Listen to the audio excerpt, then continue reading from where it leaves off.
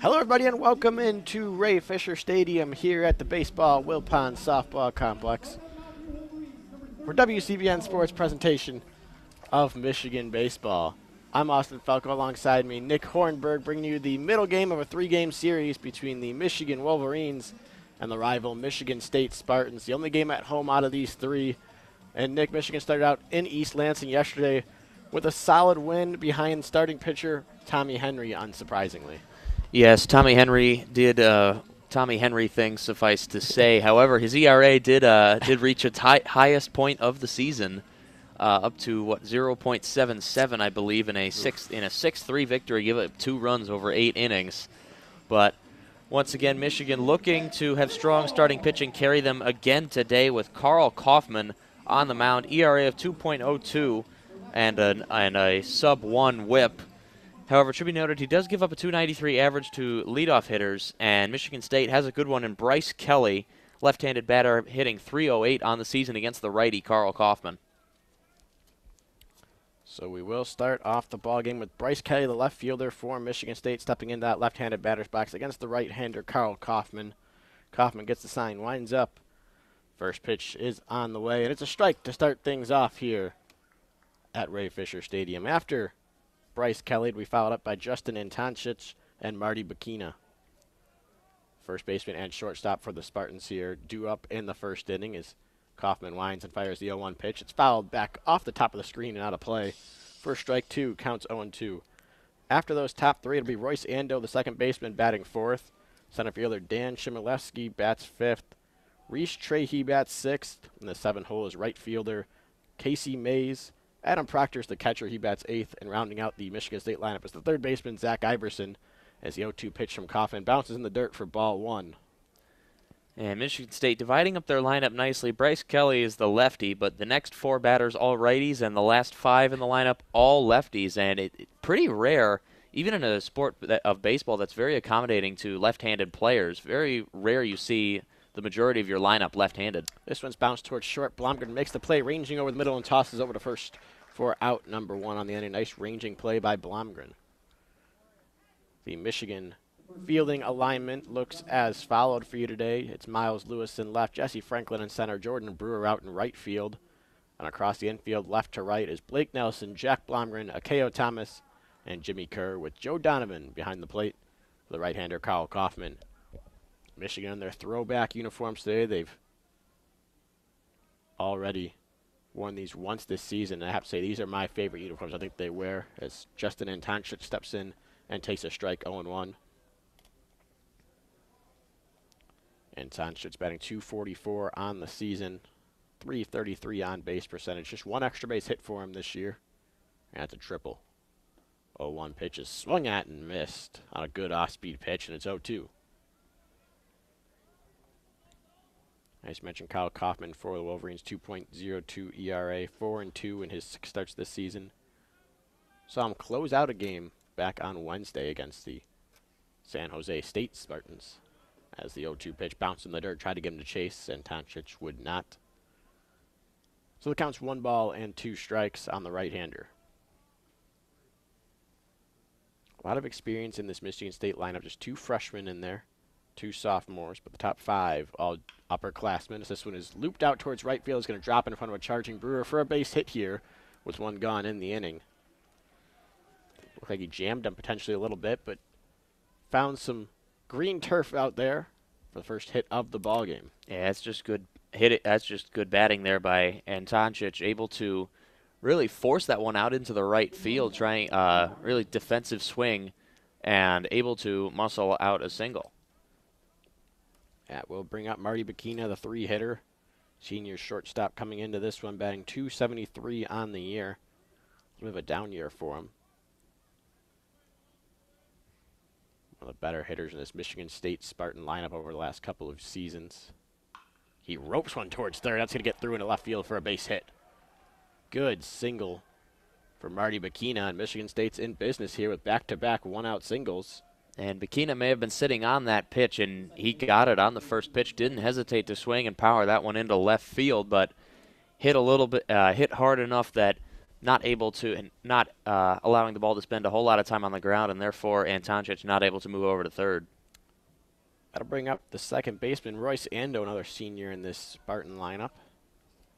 278 this season at the plate is what the right-hander is batting. On with 5 extra base hits, including a homer. He's got 9 RBIs on the year as well, a chance to up that total as he takes a first pitch strike on the outside corner.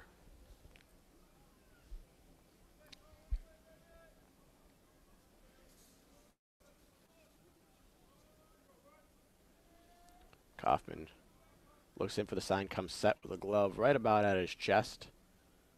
Doesn't even look back at the runner as the 0-1 pitch misses low for a ball, 1-1. And Kaufman, so far, a lot of the balls he's thrown have been low, a little bit like what we said about Isaiah Page in the midweek against San Jose State. Kaufman's miss looking to be a little bit low so far today. Bryce Ando, the senior out of Mississauga, Ontario, Canada. Fouls one off. That was almost going to hit him in the foot, it looked like. Got way out in front of it, got a piece of it into the Michigan dugout, and the count's 1-2. Yeah, as you mentioned, Kaufman staying low on just about every pitch, including his misses. Not a bad place to be at all. Keep the ball on the ground. Shouldn't have too much problem with the ball carrying today if you're a pitcher. A bit of a wet day. It was raining just about all morning. As Kaufman comes set in a 1-2 pitch. Swing and a miss for strike 3. That's the first strikeout of the day for Kyle Kaufman. And there'll still be 2 runners on, but now 2 gone in the inning for Dan Chmielewski. And it's another low one right there that Ando just didn't see. It kind of dropped out at the end. It almost took on the character a little bit of a split-finger fastball, but Ando not ready for it.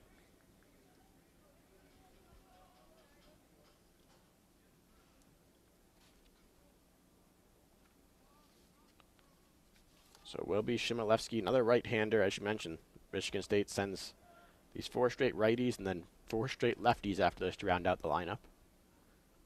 Big right-hander in that right-hand batter's box over there. Takes a pitch outside, throw it on the first, trying to catch Bakina sleeping down there. Wasn't in time. Nice snag on the helmet there from Kerr. Yeah, a little bit of a pitch-out situation right there. You saw San Jose used it a couple times, or San Jose State, rather, used it a couple times in the midweek against Michigan, where you kind of have the high pitch in the zone, not necessarily a pitch-out, still trying to play for the batter to swing a little bit, but if he doesn't, you have the opportunity to throw to first base.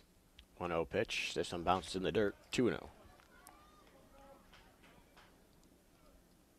Chmielewski not one to really sit back and take his walks. Just 3 walks on the entire season thus far, compared to 19 strikeouts. Wants to get up there, wants to hit the ball, wants to pound the ball if he possibly can. 2-0 pitch. This one's lined, and one hopper. Nice play by Kerr on a knee. He'll take it to first base by himself for out number 3. So a couple of hits for the Spartans there in the first, but no one comes across to score through a half inning. Michigan State 0. Michigan coming up on WCBN Sports coverage of Michigan baseball. Well, it's something you and I talked about on Wednesday against San Jose State. Jimmy Kerr having a rough season so far, playing defense at first base. Really his first as a regular starter, but in both games against the Spartans on Wednesday and as well as so far today, so far with a good play from first base, Kerr has had a good week playing defense. Yeah, head coach Eric Bakich trying out a little bit more of a little bit different of a defensive lineup, I should say, over the past couple of games, moving Kerr from third over to first, Jordan Brewer out to right field, and getting Blake Nelson over there at third base. Trying to figure out a lineup or a defensive lineup rather, that just isn't going to kill the team, as what happened down in Lubbock against Texas Tech, where they held the lead in 2 games and had a tie game midway through the game in that 3-game series. Lost all 3 of them, all because of innings filled with defensive miscues that just kind of went off the rails. And when you lose a Tommy Henry start, you know there's something else going on most of the time. In that case, it was the defense just slacking a little bit last weekend. Well, and you saw it early on in the first leg of Wednesday's doubleheader against San Jose State, as 2 errors committed in that game by the Wolverines, one by each of the middle infielders, both have had good careers playing in defense. Jack Blomgren, especially. Blomgren had one error, and Akeo Thomas had another at second base. But clean, I believe both those errors came in the first 3 innings. Clean after that, and then no errors committed in the second leg. We told you how the Wolverines lined up defensively last half inning. Here's how they'll come to the plate offensively against Mitchell Tyransky, the starter for Michigan State. Leading off will be the left-hander designated hitter Dominic Clementi. Batting second, playing center field is Jesse Franklin. In that usual 3-hole is Jordan Brewer out in right field. Batting cleanup is the left fielder Miles Lewis. Blake Nelson plays third and bats fifth. First baseman Jimmy Kerr bats in the 6th spot. Batting seventh, playing short, is Jack Blomgren. Joe Donovan, the catcher, is in the 8-hole. And rounding out the lineup at second base is Akeo Thomas. Well, it's an interesting decision by head coach Eric Bakich, and one that admittedly I don't understand. Dominic Clementi hitting only 196 on the season, an on-base percentage of 239. Doesn't really type as a leadoff hitter, especially because Jordan Wogu is hitting over 300 from the leadoff spot this season. Perhaps trying to get a little bit of a different look, but it's interesting to go with the lefty Clementi against the left-handed throwing Tyransky here in this first game. 0-1 pitch, swung on and missed by Clementi. He's down on the count 0-2 now after he took the first pitch for a strike.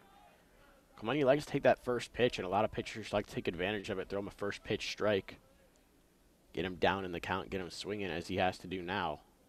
0-2 pitch from Tyransky. Inside for a ball, 1-2.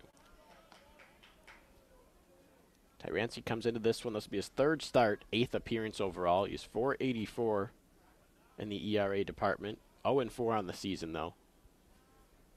Has struck out 27, walked 6, so he'll attack the zone as the ball bounces in front of the plate. To bring the count to 2-2. Yeah, 27 strikeouts, 6 walks. Batters hit .316 against him, though. You're able to get some hard contact against the lefty if you can. That'll be what the Wolverines are looking to do today. It's a 2-2 pitch. Way out in front of it is Clementi, but he fouls it off to the right side. And once again, good work by Clementi here, getting down 0-2, which of course not a situation you want to be in, but now evened up the count at 2 and now is trying to fight off Tyransky, making him throw more pitches, getting his pitch count up. Tyransky works out of the stretch exclusively. Comes set, 2-2 pitch. This one misses low with the breaking ball. It's 3-2. As you mentioned, doing a nice job working this at bat is Clementi here in the leadoff spot. Maybe that's why he's in the leadoff spot, Nick. Maybe. Tyransky set now. Payoff pitch. Again out in front of it and following it off to the right side is Clementi. And something interesting to note is that it is a matchup, is a pitcher's duel between former Brother Rice alumni, Mitchell Tyransky and Carl Kaufman, each juniors at their respective schools, both graduated from the same Brother Rice High School in Birmingham, Michigan. 3-2 pitch again. Breaking ball, check swing, went around, did Dominic Clementi, according to our home plate umpire, Andre Lenov today. And Clementi pointing over to the third base umpire, David Oil, with his bat, really not happy that Andre Lenov didn't even give an appeal. It looked like he went around from up here. I don't have too much of a problem. I'm generally, though, on the train of always appeal down. I don't want home plate umpires making a call unless it's blatantly obvious. It's just a tough angle for a lot of home plate umpires. Either way, it goes down as a strikeout. First one of the game for Tyransky. And Jesse Franklin is out to the plate with 1 gone and nobody on. Takes the first pitch he sees high for a ball, 1-0. And interestingly, 2 lefties to start off the lineup for Michigan against the lefty. 1-0 pitch on the inside corner for a strike, 1-1. Franklin comes into this one batting .238, but .385 in the on-base percentage department. Takes his fair share of walks, works a lot of at-bats. 1-1 pitch on the way. Check swing, no swing on the breaking ball. It just missed outside. That one wasn't appealed down to David Ewell at third base. Yeah, that was one where it was fairly obvious from our angle, at least, that he did not go around. Out now 2-1 on the Wolverine center fielder. In his second year in Ann Arbor, this one he takes a good swing and fouls it straight back and over the press box. Someone will get a souvenir out there by Ferry Field. And the count's 2-2. Provided it didn't hit somebody's car. Hopefully no one was driving past at that point. I don't think there's parking directly behind us here. I may have missed a spot, but No, there is not. 2-2 pitch on the way now. Just off the end of the bat and fouled back to the screen. Count stays at 2-2. Michigan working the count here early on. So we pitch number 14 and just 2 batters for Tyranski.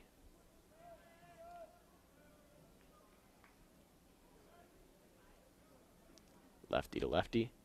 2-2 pitch. This one's hit in the air towards left field. Should be a routine play for the left fielder, Kelly. He ranges over in front of the track and makes the grab without much problem for out number 2. Yeah, Kelly took a moment for him to get set. Looked like it never really looked like it was in any danger going over the wall, but that ball went a long way, and against the cloudy sky, not necessarily as easy as you think it is to follow a ball under cloud cover. The wind is blowing right field corner to left field corner too, so that didn't help Kelly as he kept ranging over near that corner. That's Jordan Brewer takes a pitch outside for a ball, 1-0. Brewer, a revelation for the Wolverines this season, coming over as a transfer. Leads the team in home runs and hits one high and deep towards left field there. Going back near the track is Shimileski at the wall. Gone! Making 8 home runs for Jordan Brewer on the season now as he put a bolt of power into that one and absolutely blasted it over the left center field wall. I didn't know if that one was going to have enough to get over, but it just kept carrying. Yeah, the way that Shimileski and Kelly were moving towards it looked like it was going to stop just short, maybe hit the wall, but able to get over. Michigan, a quick run on the board. Jordan Brewer, once again, excellent performance in the batter's box over center left field. That ball went a long way, probably about 380, 390. That was high up in the air, too. It wasn't one of those line drive shots that clears the wall. He got a lot of that ball and sent it flying. That's just the power that comes off the bat of Jordan Brewer. Michigan's up 1-0 here in the bottom of the first. Miles Lewis will look to follow things up as he takes the first pitch breaking ball for a strike 0-1. And a bit of an update as Michigan women's lacrosse continues their undefeated season, beating Johns Hopkins by a score of 16-11. Great season for the Wolverine women down there at the new lacrosse facility. Great way to break in the new facility, I'd say. Yeah. As Lewis follows one back over the screen, not a play. Counts 0-2.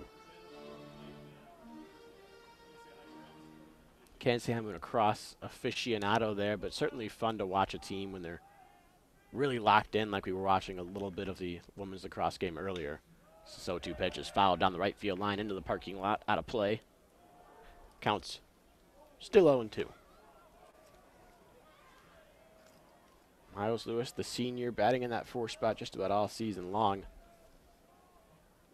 Hitting .301 on the season. Trying to avoid going down with a whimper here. He swings and misses at a breaking ball in the dirt, though. Stopped by Proctor. He'll throw it on to first base in time to get Lewis on the drop third strike. That's 2-3 on the putout. And the second strikeout of the day for Tyranski. But not before Jordan Brewer goes deep for the Wolverines. They've got 1 hit on the board. It is that long ball, and they lead 1-0 here through 1 on the official student radio broadcast for Michigan baseball here on WCBN Sports. And Tyranski didn't actually have a bad inning from a pitch count perspective. Only threw 16 pitches, a little bit over the 15 per inning maximum that you'd like to see if you're Michigan State. But either way, excellent work by Michigan, getting that 1 run on the board here at Ray Fisher Stadium at actually a fairly large crowd, especially considering the weather. Yeah, especially behind home plate here. A lot of people camped under the overhangs, trying to avoid any more rainfall that may come down today. I think there's some in the forecast for a couple hours from now. But hopefully, at least most of this game can be played before we have any complications with rain. Well, it's rain. There's no thunder. And because Ray Fisher Stadium is on a turf field and a turf infield, not something you see every day at baseball stadiums, but they can play in a little bit of rain. And believe last I checked, there's forecast for rain all afternoon, but only consistently less than 50% chance.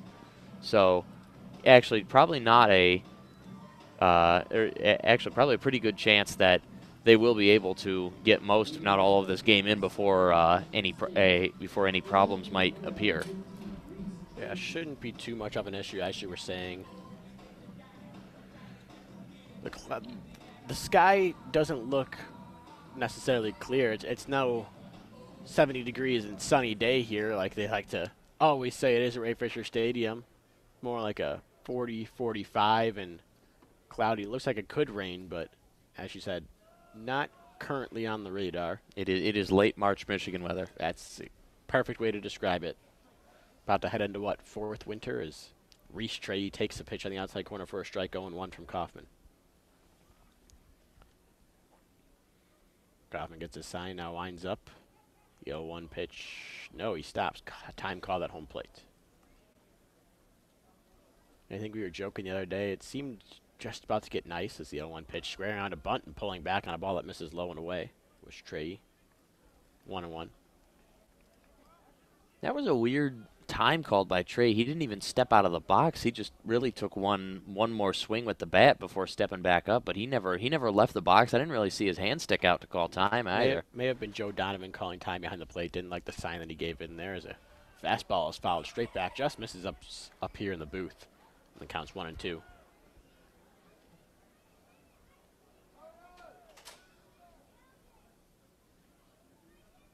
You got a righty versus lefty matchup here. All the batters due up in the inning are from the left side for the Spartans. 1-2 pitch. Misses outside. A little bit low as well. Counts 2-2. And Kaufman's now had 2 pitches in this at-bat. Missed low and away in the dirt, in essentially the same spot. Notable, they're both off-speed pitches. Maybe trying to get Trahey to get out in front of it and ground it over to the right side where there's 3 infielders on the right side of the infield right now.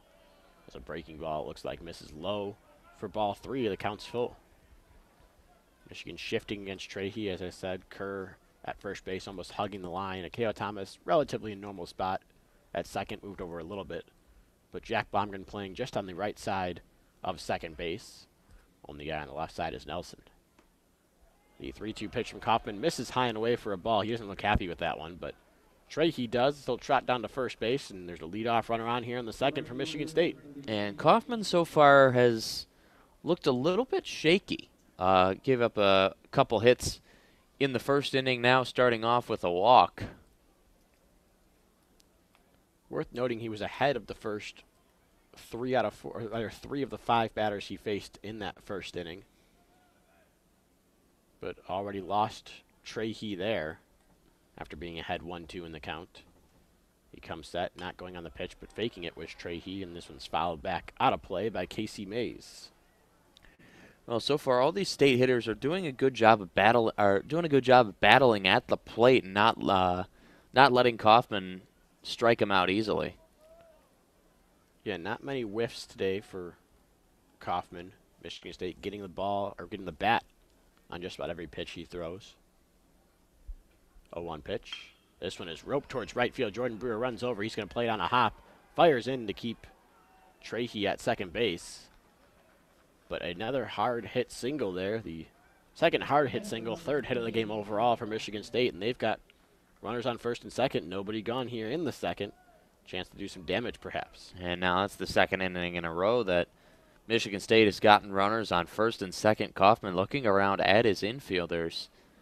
And this is where you start thinking, this is probably going to be a nervy game unless Kaufman settles down quickly. Wouldn't surprise me to see Chris Fetter potentially come out to the mound and talk it over with him if he gives up another hit here to Proctor. Fetter still in his normal spot in the dugout all the way over to the right side, giving signs to Joe Donovan behind the plate. This one's bouncing in the dirt. A great stop by Joe Donovan to keep both runners at second and first respectively, but the count's 1-0 now on Adam Proctor, the catcher for Michigan State. And Joe Donovan done well defensively this season. Very important to, especially with runners on first and second, no outs, to keep the ball in front of you. Kaufman comes set, 1-0 pitch on the outside corner for a strike. Not agreeing with the call, I think was Proctor there. But on plate umpire Andre Lanoy. popped up from his stance, signaled strike one, and we're evened up at 1 ball and 1 strike apiece here in this at-bat. And that's a good recovery pitch by Kaufman. Not even flirting with the dirt. Kaufman now comes set, checks Trey at second, and fires a pitch that just misses off the inside corner for a ball. Counts 2-1 now.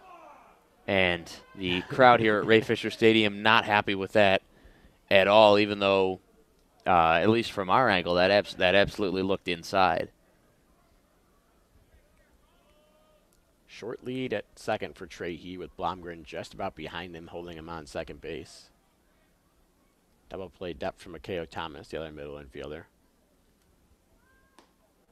As the 2-1 pitch misses just outside, check down on the check swing. No, it didn't really need to there, but Proctor did not go around, and the count's 3-1.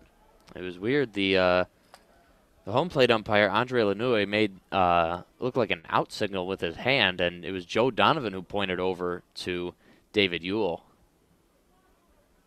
Either way, in firm control account here is Adam Proctor. Kaufman doesn't want to lose another batter here as he pivots towards second base. Trahey broke towards third for a second and sprinted back without a throw.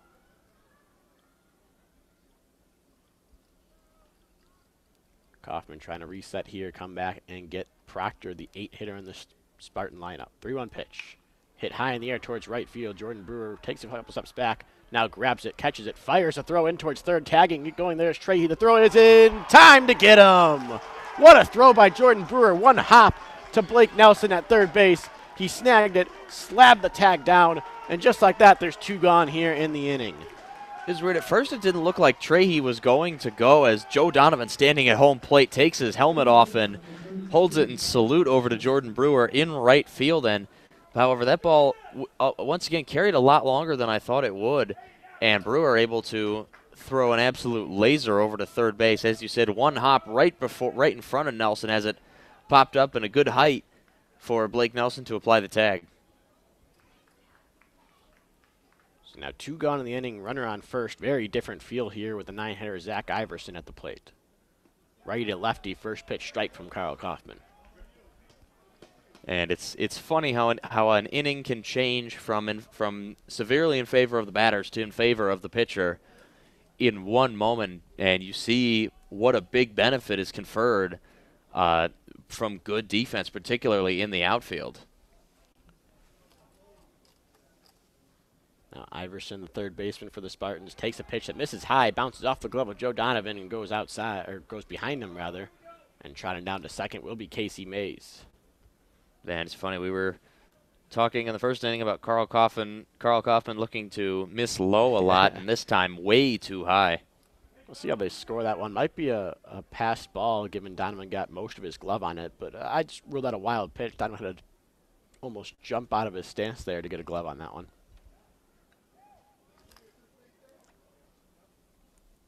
Either way, counts 1-1 now. Runner in scoring position for Iverson. Kaufman comes set. Checks the runner at second. Breaking ball in the dirt, swung at and missed by Iverson. The count's 1-2 now. And Kaufman looks to be much more confident now that there's 2 outs after the fantastic throw from right field by Jordan Brewer. Now stands out ahead in the count, but he also stood at 1-2 against Trahey early on in this inning. Ended up losing Trahey on a walk, but retired on that double play was Trahey at third base.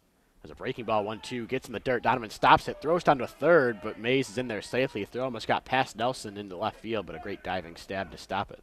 Well, that was more than anything needlessly risky by Joe Donovan over there, making the quick throw to third. With 2 strikes in the count and 2 outs, the runner being on second, runner being on third, difference isn't really all that much.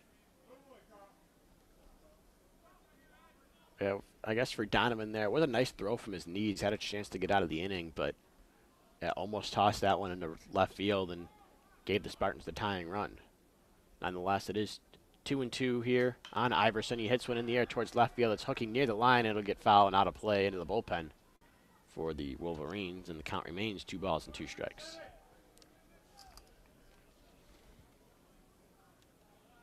Mays given the stolen base over there at third and officially ruled the wild pitch how he got to second base. So eventful trip around the bases for Casey Mays. He represents the tying run here in the early going. Kaufman trying to prevent that. Another 2-2 pitch to Iverson. Line drive. One hopper to Blomgren, who is playing almost directly behind the second base bag. He fields it, throws to first for out number 3. And just like that, despite a walk and a single, the Spartans are retired without scoring a run. So through 1.5 innings of play, the score, Michigan 1, Michigan State 0.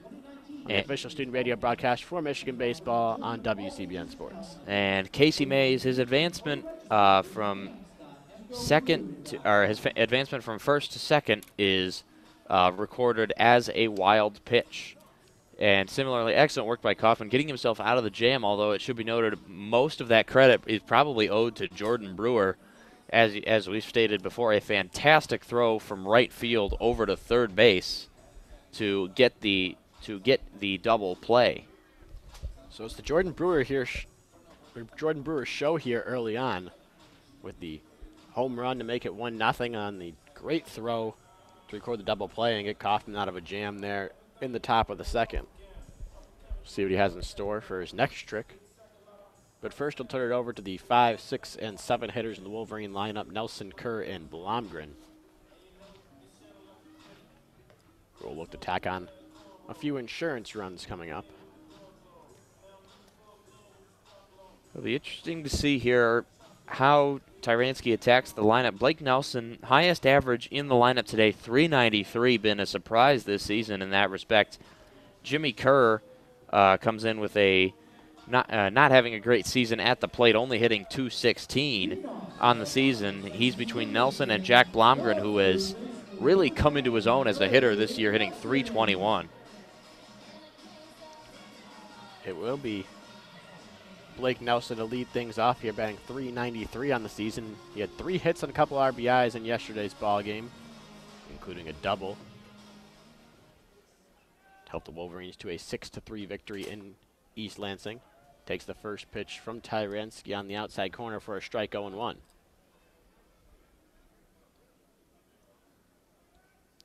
Nelson, another transfer for the Wolverines, came over last season. As the 0-1 pitch misses inside with the off speed. The pitch is the count rather is 1 ball and 1 strike. Tyranski working relatively quickly here, comes out the 1-1 pitch.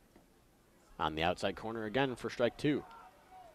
Having success with that outside corner here early on in this at-bat is Tyranski. Yeah, Carl Kaufman's been fortunate on the outside as well in pitches, and looks like Andre Lanouille is going to be generous all game long. That's a called strike 3 at the knees. Looked like maybe on the outside corner as well. Had him frozen on the off-speed pitch, and Blake Nelson's down on strikes. So that's the 3rd strikeout here early on for Tyranski. Bringing up Jimmy Kerr.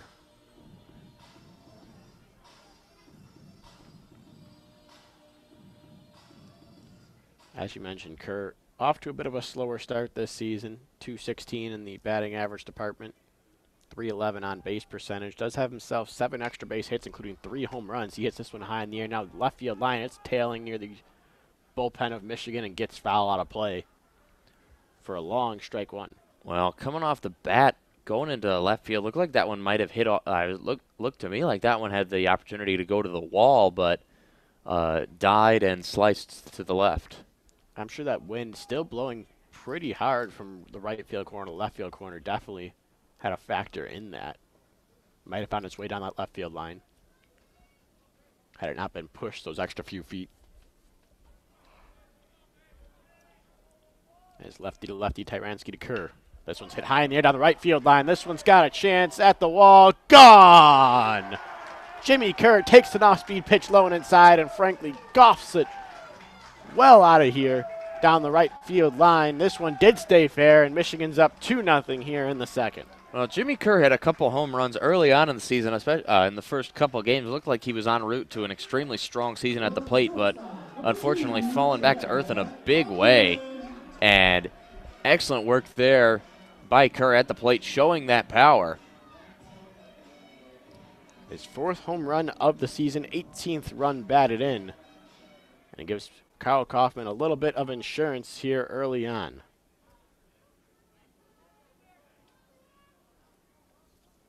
That'll bring up Jack Blomgren, who went deep yesterday. Ball misses low. Counts 1-0. A little factoid here. Jack Blomgren in his young Michigan career has 2 home runs, both of them against the rival Michigan State Spartans. 1-0 pitch. Breaking ball. Missed a bit high for ball 2-0. And certainly locked in at the plate right now is Blomgren. My numbers are correct here. I believe he has 3 extra base hits over the last 3 games after not really being an extra base hitter to that point. Yeah, player known for infield singles and balls trickling into the outfield than he is for hitting the ball a long way, but you are correct. 3 extra base hits in the last 3 games. I think 2 doubles on Wednesday and a home run yesterday. 2-0 pitch missed high, 3-0. With the way Blomgren's locked in, maybe I have the green light here on 3-0. Doesn't matter, though, as that one misses well high for ball 4. He'll take his base. And now this is where it gets interesting. Jack Blomgren, not much in the stolen base numbers, 2 for 2, but still a fast player on the base paths, and Eric Bakich known for being very aggressive with his base runners. We'll see if he sends Blomgren, gets him moving a little bit here with Joe Donovan striding to the plate. Although maybe Eric Bakich will be a little more careful today, as it looks like there is some light rain coming down here in Ann Arbor now. Yeah, people starting to file their way, and everybody trying to get under the overhang. A few troopers still hanging out there. That's the first pitch to Donovan is fouled on the left field line. That's how you know who has rain gear and who doesn't. I see a bucket hat over here, a little fisherman's hat, down over to our left. Came prepared for a day on the water. Might get it here, depending on how much it rains. 0-1 pitch. Called strike at the knees, 0-2 now. Donovan was 1 for 3 with a walk and a couple runs scored yesterday in East Lansing. Season average up to 233. 0-2 pitch to him. Misses well off the corner for ball 1. Setting up well off the corner was the catcher Proctor. And Tyranski hit his spot but couldn't get Donovan to chase.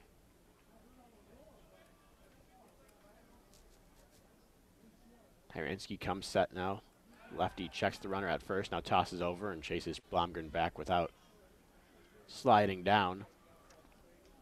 And Eric Bakich's aggression on the base paths is most evident. You see it with the leadoffs, forcing a lot of pickoff moves, especially for a left-handed pitcher who has first base in his peripheral vision, can be a big psychological weapon. 1-2 pitches bounced towards third, or rather towards short.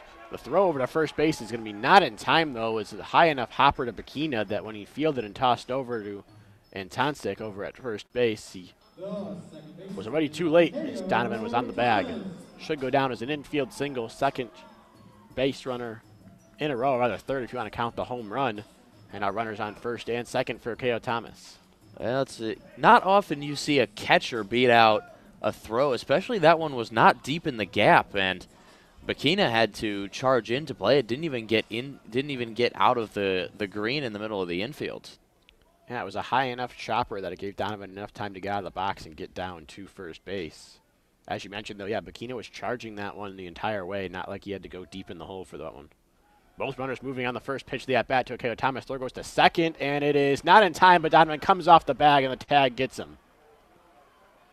Yeah, Donovan going for the feet first slide right there. Beat it out initially, but the force of his slide carried him off the bag, and you see there Eric Bakich still once again aggressive on the base paths, ordering the double steal with a catcher on base. A good throw there by Proctor down to second base. Maybe a bit high. The pitch was well high, but K.O. Thomas swung and missed anyway. It was a hit and run on. The 0-1 pitch is in there for a strike despite Proctor sliding from the outside corner to the inside corner. And once again, the crowd at Ray Fisher Stadium not liking that at all. If you can, in particular, hear the "Oh, come on."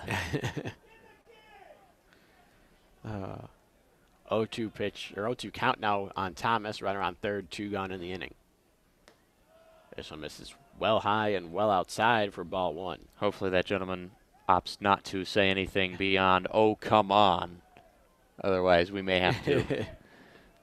Luckily not on the airwaves today. Yeah. Shouldn't have to worry about the FCC getting on our case.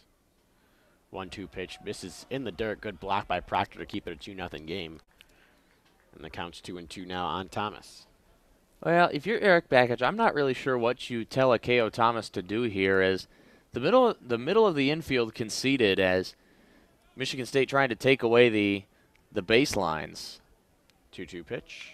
Hit in the air towards the right side. It's hooking down that right field line. Might get out of play. It does not, but it lands foul as Casey Mays couldn't get there. Count remains 2-2. And a K.O. Thomas, really more of a slap hitter, kind of takes what the pitcher gives him. Not really one who's going to be able to muscle the ball in a different direction. So if you're Eric Bakich, I'm not really sure what you tell him aside from, maybe just sit on a fastball. K.O. Thomas, the senior. I don't know how much instruction he really gets from Eric Bakich anymore. He's been here a few years. The lines went towards right field, going back a few steps is Casey Mays, but he'll be under it to make the grab for out number 3 in the inning. So Michigan gets a couple of hits and a walk there, but the only one that comes across the score is the home run by Jimmy Kerr. We're through 2 innings of play. The score, Michigan Wolverines 2, Michigan State Spartans 0. On the official student radio broadcast for Michigan Baseball on WCBN Sports. Well, for what it's worth, they are on pace to score 9, but they've left now a runner on third base, similar to something they struggled with in the week against San Jose State, but ultimately they were able to win those games because they did just well enough. But they left a fair number of runners on third base. In fact, 4 straight innings where they left runners in scoring position, including in 3 of them there was a runner on third base, but not able to get any of them across. And again, struggling with that today so far, but still 2 solo home runs the difference. Yeah, back in the first game in that Wednesday doubleheader, Michigan was able to capture both of those, push their win streak up to 3 games. It now sits at 4. A lot of Spartans this week on the Michigan schedule. Set at San Jose State for back-to-back doubleheader games. Originally supposed to be a Tuesday-Wednesday series, changed to a doubleheader because of weather in Ann Arbor. I believe that was the case. We really never got confirmation as to exactly why it was moved. I believe it was weather-related. I don't really remember the weather on Tuesday, but I don't think it was noticeably bad. It may have been more they just... It may have been temperature-wise, perhaps. Oh, yeah, temperature may have been a part of it, or they just wanted to move it across, maybe give the San Jose State players a little bit of time to decompress. I'd imagine a doubleheader logistically is a little bit easier than a 2-day, 2-game series, given that it's in only 1 day. Logistics not an issue here in this series, though, as Bryce Kelly, the leadoff hitter for the Spartans, takes the first pitch strike to start off his second at-bat of the ballgame from Kyle Kaufman. Yesterday's game in East Lansing, today's game in Ann Arbor, tomorrow's game back in East Lansing. A little home series to open Big Ten play for both of these teams. As the 0-1 pitch misses low and outside for a ball, 1-1. They like to do this with that Michigan State series, where they play a little home in one series, and then the team that doesn't get the extra home game gets one later on in the season. That is the case here. As a foul tip there at the plate on a big swing from Kelly, goes into the glove of Donovan, and it's 1-2. Kelly was in a 1-2 count when he grounded out to short back in the first. Kaufman looking to retire him again with the 1-2 pitch. Fouled off as he reached out and poked that one down the left field line, and it'll go wild to play. And the count remains 1-2. And the final game after this 3-game series for Michigan State doesn't come till May 7th. That'll be here at the Will Pond Baseball Softball Complex, which I misspoke of back in the intro a little bit. 1-2 pitch again, fouled off to the left side. That'll get out of play and bounce off of Yost Ice Arena. Yep. Count remains 1-2. Yep. I think it may have hit a window at Yost and bounced off the middle of the road. There's some moving cars over there. They all got lucky. I think it may have bounced off the front hood of a pickup truck. Seen a few laying in the back of the pickup truck or the bed. This one's fouled off on left field line again, and giving chase is Nelson, but he runs out of room, and Again, foul ball to the left side keeps the count at 1 ball and 2 strikes. Yeah, and Carl Kaufman being made to work. Now it's top of the third, no outs. He's already thrown over 40 pitches. This will be pitch number 44 upcoming. Gets the sign from Donovan. Another 1-2 pitch. This one's hit in the air towards right field. No, not a problem for Jordan Brewer out there as he ranges a little bit towards right center and makes the grab without issue for the first out here in the third. And the wind looks like it may have calmed down a little bit, but it's still blowing to a pretty considerable degree. The wind and the rain. Routine fly balls may not necessarily be routine today. Jordan Brewer made it look relatively easy out there on that one. But, yeah, as you mentioned, something to look out for. That's the first pitch here to Justin Antonsic. Is swung on and missed for a strike, 0-1. Antonsic had a single back in the first inning that blooped its way into right field after he was jammed on a 1-2 pitch. This 0-1 pitch to him is bounced in the dirt. The count's 1-1. Going to see a lot of switching of balls today, I think, anytime the ball hits the wet turf. Try to get a new one, try to get one with a grip. We talked a little bit about how often do they switch balls out at the college level on the turf here. As the 1-1 pitch is fouled off the glove of Donovan and back to the screen. There's 1-2. Well, they've seen a couple down in the zone that I've seen a couple down in the zone, maybe hit the dirt that Joe Donovan has just thrown back to Carl Kaufman. I think at this point they're aware that in this rain, none of the balls are going to have a whole lot of grip for long. Very true. 1-2 pitch on the way from Kaufman now. Off-speed pitch out in front of it, but able to just foul off the end of the bat was Antonsic, and he stays alive at 1-2. 1-2 seems to be the count of the day for Carl Kaufman. Lost track of how many batters he's had a 1-2 count on at some point during the at-bat. He's had quite a few. But at least this is at least the fourth in which it has happened as this one's fouled off out of play to the right side. Rather, at least the fifth that I know of. 4 at-bats ended already on 1-2 pitches. This is the fifth that could potentially.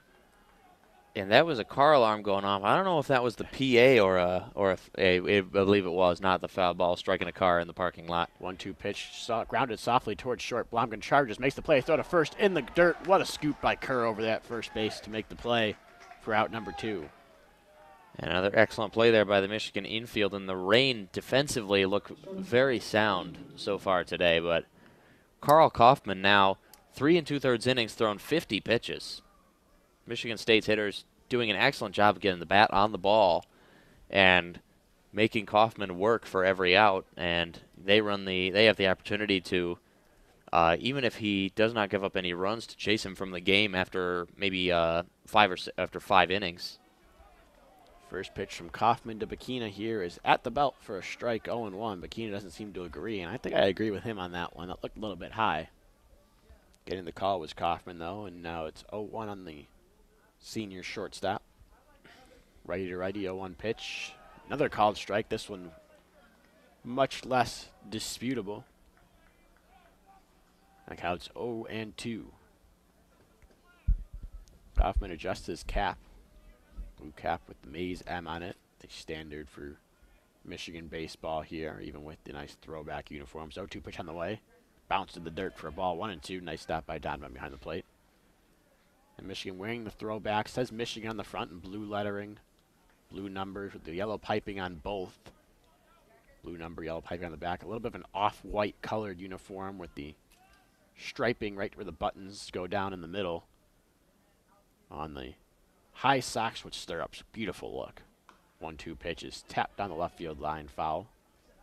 Counts 1-2 still. And even the socks look quite throwback. They're not the solid blue. There's the yellow striping up above the stirrups. Absolutely beautiful look. If I had my choice, which I don't, but I would say wear these uniforms every single day. I would generally agree with you. It should be noted the knees are a little bit lower than your average stirrup uniform. 1-2. Swing and a miss at a high fastball. Kaufman blows away Bakina for out number 3. That's Kaufman's second strikeout of the day, and he gets out of the third inning. 1-2-3. We're through 2.5 here Michigan still leads Michigan State by a score of 2-0 on WCBN Sports broadcast of Michigan baseball. And Kaufman having to work again to get 3 outs, but his first 1-2-3 inning of the game and still keeping them scoreless as Mitchell Tyransky has to come back out for Michigan State. And I've talked about Kaufman's pitch count. Tyransky's pitch count even more concerning, 42 pitches through 2 innings. Yeah, that last inning, especially for Michigan, was a longer one. 29 pitches in that second compared to 20 back in the first. A home run in each inning, though.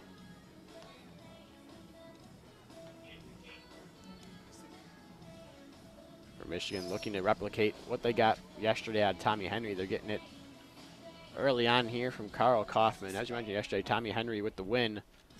8 innings pitched, 4 strikeouts on the day. Gave up 2 runs.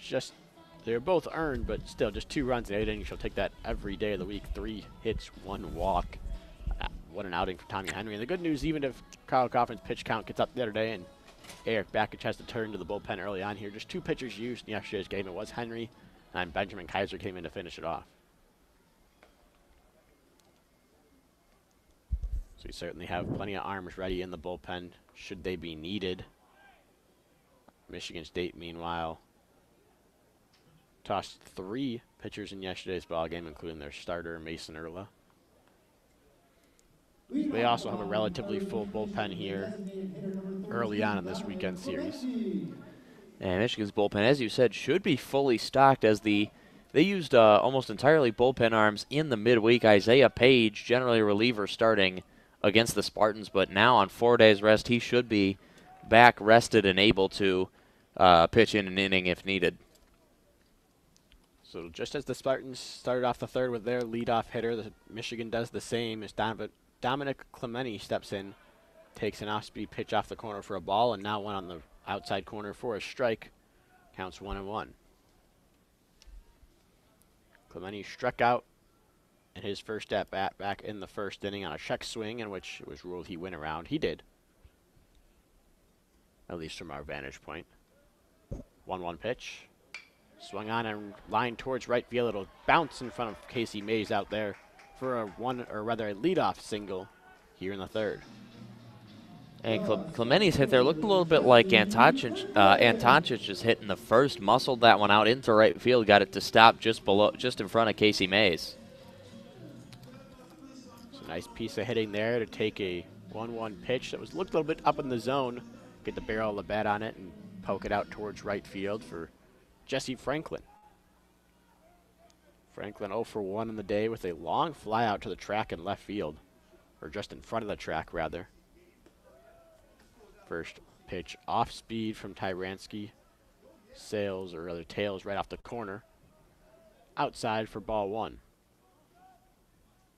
And Totzik has plenty of movement on that, what looks to be a curveball. 1-0 pitch. Fastball for a strike, 1-1. Hasn't gotten many Wolverines to chase, though. I believe Miles Lewis is the only one that comes to mind as one that really went out of the zone early on in this ballgame. 1-1 pitch. This one is bounced to the right side, but foul. And the count goes to 1-2. There's that count of the day, 1-2. I think we need a sponsor for that or something with a insert your name here. 1-2 count of the day. We could get it sponsored by Pataki's Court if we wanted to. We could go Pataki's Court. Every once in a while on the DSR, Pataki's Court. That's an off-speed pitch, misses low and away, even the count up at 2 balls, 2 strikes. Yes, Dalton Pataki, a WCBN alum, still very active in the organization on the podcast Stuff Pod, where they talk about a wide variety of issues with Nate Sorensen and fellow alumnus Morris Fabry. 2-2 pitch, bounce in the dirt for ball 3. Good stop there from Proctor behind the plate. Hey, talk about stuff on the Stuff Pod, unsurprisingly. Indeed, a lot of stuff. You can check that out on WCBN SoundCloud. I don't know if they're on iTunes, as we have with East of the Rockies, or other podcast sites. I know for sure East of the Rockies, another podcast from WCBN Productions about the Michigan softball team, is on the Apple Podcasts. Is running on the pitch was Clementi, but the pitch missed high for ball 4 to Franklin. So Michigan in business here early on in the third. Runners on first and second, nobody gone, and Jordan Brewer striding to the plate. And this is what you want. Jordan Brewer, his first at bat of the day, a home run out to left center field. Now 2 runners on base. Jordan Brewer has an opportunity to cause a lot of damage. As you mentioned, home run back in the first for Brewer, and can't really work around him here for Michigan State. That's a dangerous prospect with 2 runners on and nobody out. Had you retired one or both of the first couple batters, you maybe could have stayed away from Brewer, but got to attack him now. First pitch is a strike, but it bounced out the glove of Proctor, and now both runners will advance to second and third respectively. And things gone from bad to worse, and for Michigan State, now 2 runners in scoring position. A single in the gap from Brewer probably scores 2 and doubles Michigan's lead. If you're Michigan State here, do you think about maybe walking Brewer? I mean, he's the best power hitter in this Wolverine lineup. He's the one most likely to do damage. 28 RBIs, leads the team by 10 RBIs to get all together. And Miles Lewis first at bat, he did not look very comfortable against Tyranski. I would still say no, because maybe you get Lewis in the double play, but actually you wouldn't even probably do that. If you walk Brewer, and even if Lewis gets in a double play, you still have 2 outs with a couple base runners and Blake Nelson coming up. I don't think if you're Mitchell Tyranski, I don't think you really have a choice. 0-1 pitch to Brewer, hit in the air towards right field, going back near the track now is Mays. He will make the grab in front of the track, though. Both runners tagging. They'll each advance a base, including Clemente in to score for a sacrifice fly. Jordan Brewer has a second run bat end of the day, and it's 3-0 Michigan. And it's a term you don't like, but it's worth use again. Productive out there by Jordan Brewer. Long fly ball out to right field on a better day with sun that may have carried over the wall, but either way, excellent work by Jordan Brewer, getting a ball out there and driving in another RBI, his second of the day. I don't like the term productive out, you're right, but when it comes to a sacrifice fly, that's definitely a productive out in my eyes. I'm fine with it being used now, and it brings across a run. Whenever you're talking about actually scoring runs with an out, I'm okay with it. As the first pitch to Miles Lewis is a ball that bounced in the dirt, stopped back there by Proctor. Michigan State infield in against Lewis here, trying to cut down the runner Franklin should he try to score on a ground ball. Are you a proponent of the suicide squeeze? 1-0 pitch bounce in the dirt, 2-0. It's very situational for me. If you need 1 run, say it's in extra innings, for example, even extra innings, I'm not a huge proponent of giving away an out. But when it comes to squeeze plays, scoring runs, if you can execute it, I'm in favor of it. And even a suicide squeeze is a little risky. I prefer the safety squeeze a little bit better. 2-0 pitch in there for a strike. Miles Lewis does not agree. He thought that might have missed a little inside, a little low. But it's 2-1. Crowd agrees with Miles Lewis, it sounds. Not really got any friends out there is Andre Lanois. Yeah, and it's a bit unfortunate because I mean, he's called a fairly decent strike zone all game. I agree. 2-1 pitch. Outside for a ball, 3-1. And no umpire is perfect, of course, but generally he's been consistent between the batters. Perhaps he's been a little bit generous on the outside, but it's gone both ways. And the Michigan crowd not very forgiving today. No, we finally have a bigger crowd of the season, biggest of the season so far, as a fastball is gotten on top of and tapped back to the screen. Counts full now on Lewis. Yeah, I agree with the strike zone from Andre Lanois. Has been very solid today. He's been very consistent with it, too. It's slightly larger, maybe, and that's where these Michigan fans aren't happy when they're batting. So 3-2 pitch is lined down the right field line. Fair! That'll get into the corner. 1 run in to score here as Lewis is around first into second. Will he try third? He will come around third, or rather stops. Hard turnaround second, then puts the brakes on.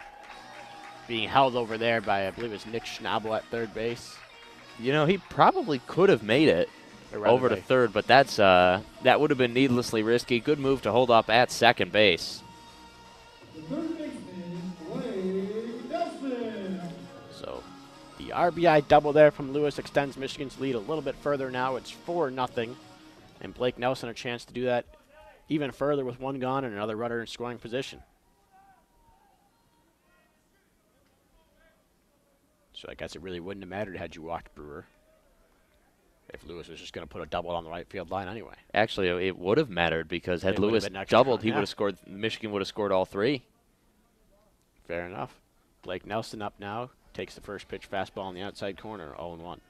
So in that respect, Jordan Brewer with that sacrifice fly did give up an out and give up a run as well.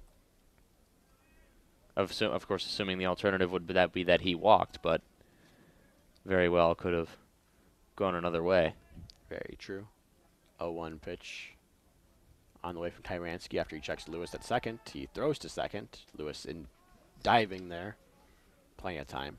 And Ando having to range over, making a little bit of a mess of that. If that gets past him, then Michigan probably has a base runner on third base. And with one gone, that's notable. You got to end up with another sacrifice fly, as Jordan Brewer already had in this inning. As it stands, so Lewis still out there at second. Takes a big hop there as the 0-1 pitch is delivered. Swinging and a miss on an off-speed pitch. Had Nelson out in front there, and it's 0-2.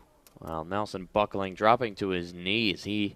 As soon as he came around to swing the bat, I think he realized that he was beaten by Tyranski. So it'll be 0-2 now on the Wolverine third baseman. He struck out looking on this same situation in the second.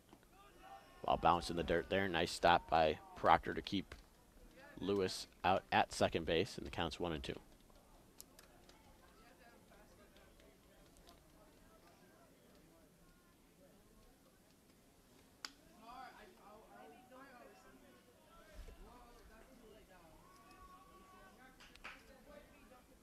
Taking his time now with a runner on is Tyranski.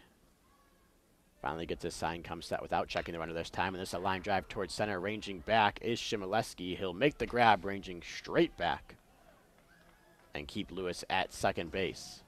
A good, well-struck ball there from Nelson, but can't find the turf. Yeah, and Nelson. now there's 2 gone. Nelson doing what he could, but good play by Shimoleski to range back that ball, hanging up in the air just long enough that it wouldn't land over Shimoleski's head. But now Jimmy Kerr up to bat. Kerr already with 1 home run, and has the potential to potentially hit a second.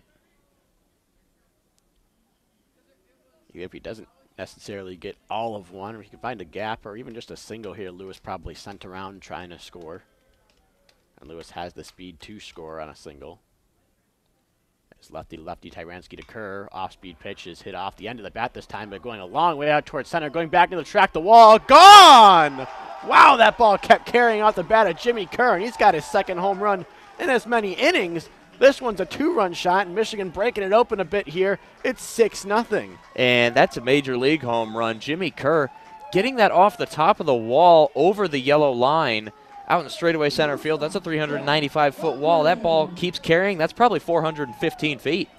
That went a long way off the batter's eye. That will get you, I believe that'll get you a home run in Wrigley Field. It will indeed. Longest out there is 400 on the dot.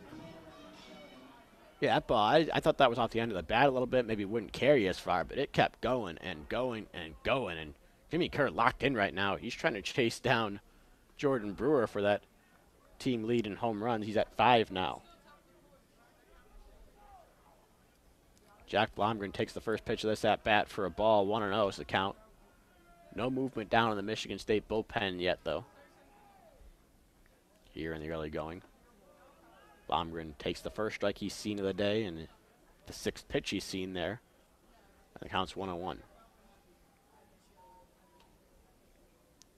Blomgren last inning in the second walked, got himself all the way to third, but was stranded out there. 1-1 pitch, swung on and missed there, down to a knee on the off-speed pitch. And the count's 1-2.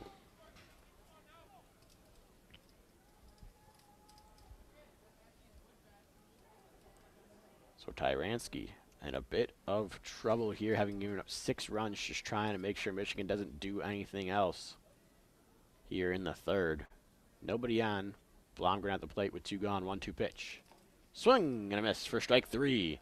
So Tyranski works out of that one, but not before Michigan sends 7 runners to the plate, scratches across 4, and leads the game 6-0 through 3 innings of play over the Michigan State Spartans. On the official student radio broadcast for Michigan baseball, on WCBN Sports. And Tyranski not having a great day so far. He's thrown 69 pitches in 3 innings. And really a nice production from the Michigan offense. There's 6 runs. And, of course, there's no action over in the Michigan State bullpen, but in this weather, it would not surprise me at all if Michigan State has been allowed to use Michigan's indoor training facility. So it would not surprise me if there are a couple arms out and up and throwing for Michigan State right now, as Tyranski might go another inning just to occupy an inning, but his day very likely already done in spirit. Yeah, as you mentioned, Michigan State should have access to the indoor training facility. I've seen some teams opt not to use it at times and just pitch down in their bullpen either way. Isn't the worst strategy. I mean, if you're a pitcher, maybe you want to face the elements out there and really figure out what it's going to be like when you're actually on the mound with the rain and the wet turf. But on the other hand, I don't know. I personally would probably be indoors warming up right now. It's much warmer in there. It is. Just a little bit. Leading off the top of the fourth inning for Michigan State, the second baseman, number 13, Royce Ando.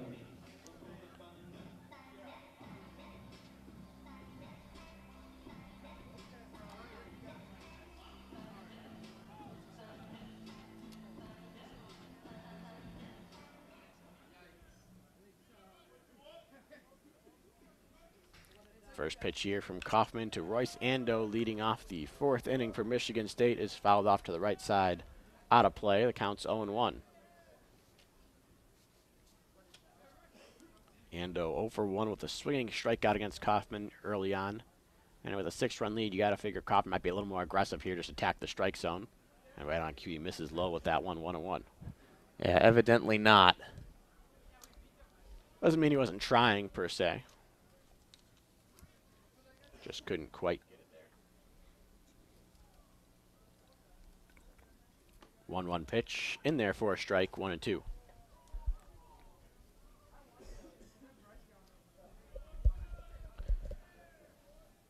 Ando, the 4-hitter for the Spartans.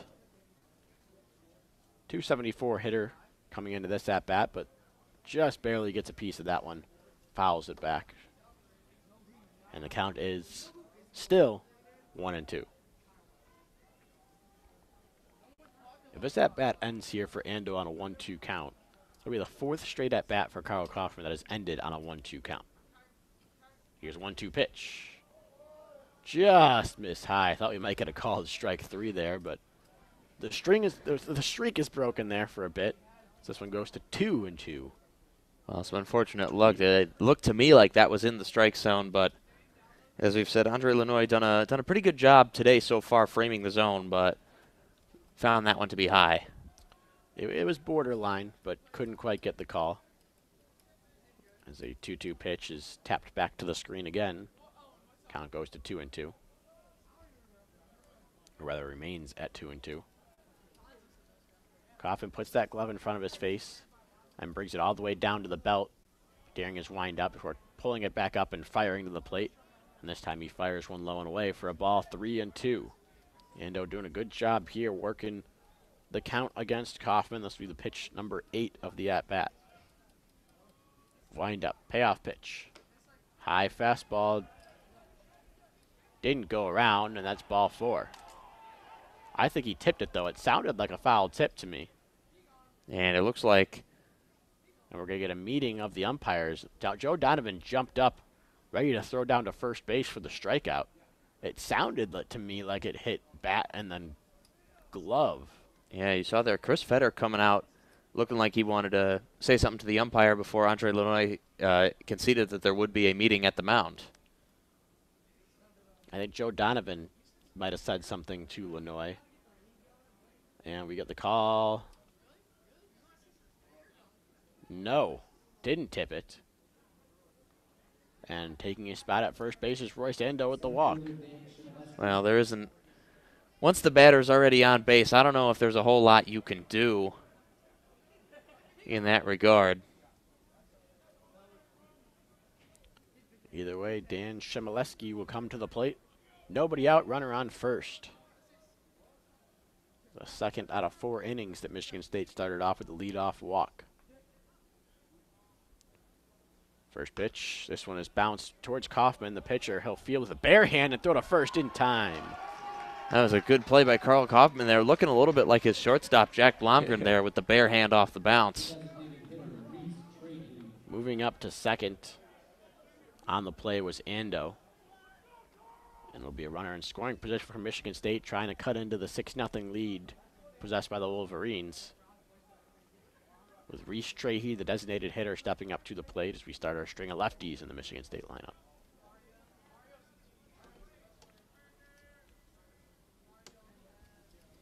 First pitch misses low for a ball, 1-0. Trahey walked to start the second inning. That was the first of the 2 walks issued by Kaufman today, the other one standing out there at second in the form of Ando. 2 walks, 2 strikeouts on the day for Kaufman thus far. 1-0 pitch. In there for a strike, 1-1. Trahey, a patient hitter, more walks than strikeouts on the year. 14-10 is the tally. And a bit of limited playing time for him. This will be the 17th game that he has played in out of the 24 that Michigan State has played. As this one bounces well in front of the plate and skips way away from Donovan. No one's covering home plate right now as the ball went over towards first base, and both Kaufman and Donovan started to make moves for it. Luckily, Kerr ran over and picked up the ball as Donovan went back towards the plate. Almost a 2-base pass ball there, a 2-base wild pitch. Yeah, a bit of a frightening situation there. Michigan in danger of giving up a first run. And bounced well in front of the plate. That'll be ruled a wild pitch. Donovan looks shaken up behind the plate. I think that might have got him on the arm or the shoulder that isn't covered. It is indeed. He's shaking off that arm. Shaking off that hand over there.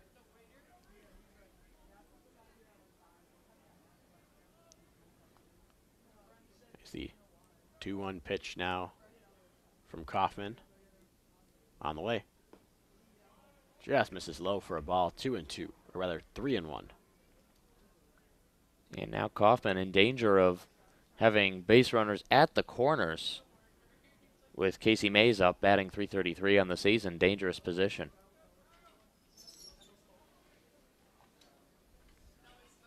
Now left-handed batter's box is Trahey. Waggling that bat over the left shoulder. 3-1 pitch on the way. Just misses low for a ball. And now 2 walks in the inning, runners at the corners for Casey Mays. And as said, that's a dangerous situation to be in. Casey Mays hitting .333 on the season, highest average in the lineup. However, there is the caveat there is it looks like Chris Fetter's going to walk out and talk with Carl Kaufman, is that now with a runner on first, Carl Kaufman, if he can induce a ground ball up the middle, then they can get out of the inning by the double play.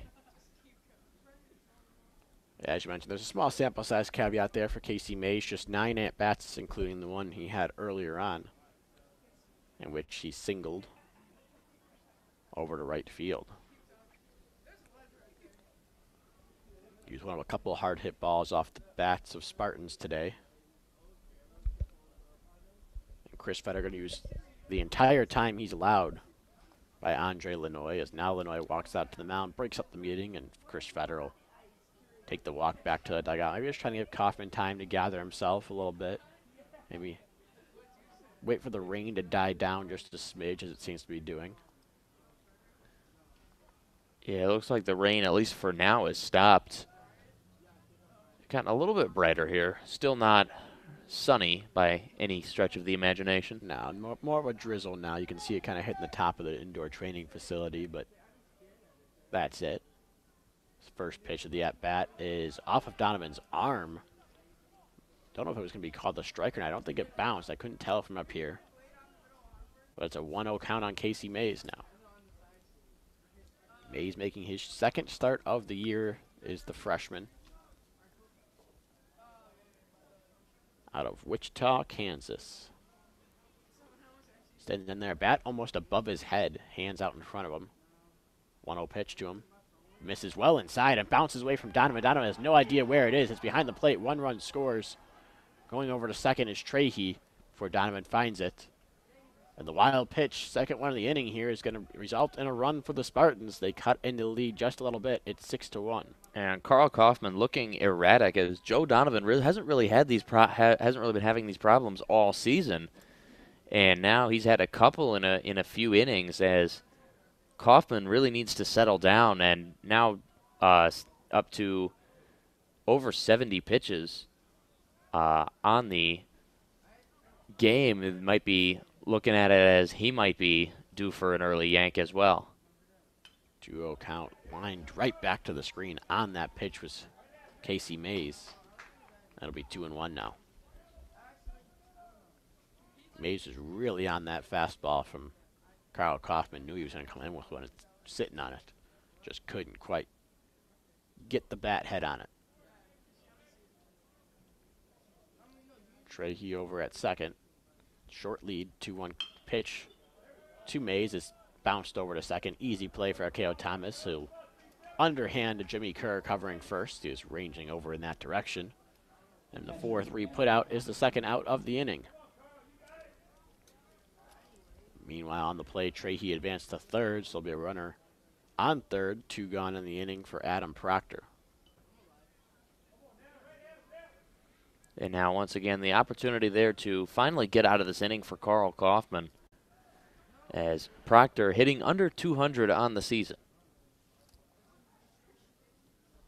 Proctor was the one that hit that fly ball to right field, in which Jordan Brewer fielded and tossed to third for the double play. This one is grounded towards the left side where only one guy is. Nelson tries to make a diving play but can't get there as it scoots its way into left field for a base hit. That'll be an RBI single for Proctor. And Michigan State now down by just 4. It's 6-2 in favor of the Wolverines.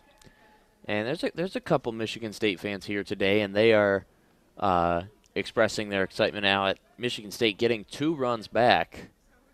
And that one, they're not a whole lot Blake Nelson could do a whole about that. The shift really took taking Jack Blomgren out of the play, and that ball in the gap, not a whole lot that could be done. Yeah, it would have been right where the shortstop position normally plays, and it was a soft little trickler. You understand maybe why they were shaded off towards the right side as Zach Iverson fouls one well off to the left side and well out of play.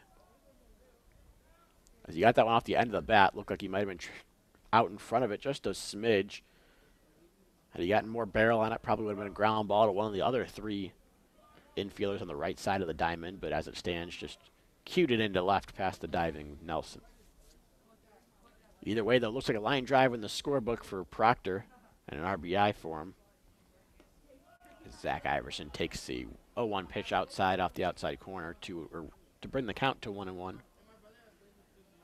That'll be the 6th RBI on the year for Adam Proctor, who has 4 home runs. So out of his 6 RBIs, 4 of them are himself. He's over there at first base now, with Iverson at the plate, fellow sophomore. This one bounces way out in front of the plate again from Carl Kaufman, and it's 2-1. Donovan was able to stop this, but Kaufman missing low, missing short to the plate a lot in this inning. Yeah, that one you might be taking the weather into account. Kaufman starting to lose grip on the ball. There's still the lightest of drizzles here, but that's not really the issue. The wet balls that have been in play are probably more of an issue than anything, as another pitch bounces in front of the plate. Another stop by Donovan behind the plate, and the count's 3-1. And once again, we can't really put ourselves on bullpen watch today. It looks like both teams are using the indoor facility. It'd be interesting to see what Michigan decides to do with Carl Kaufman.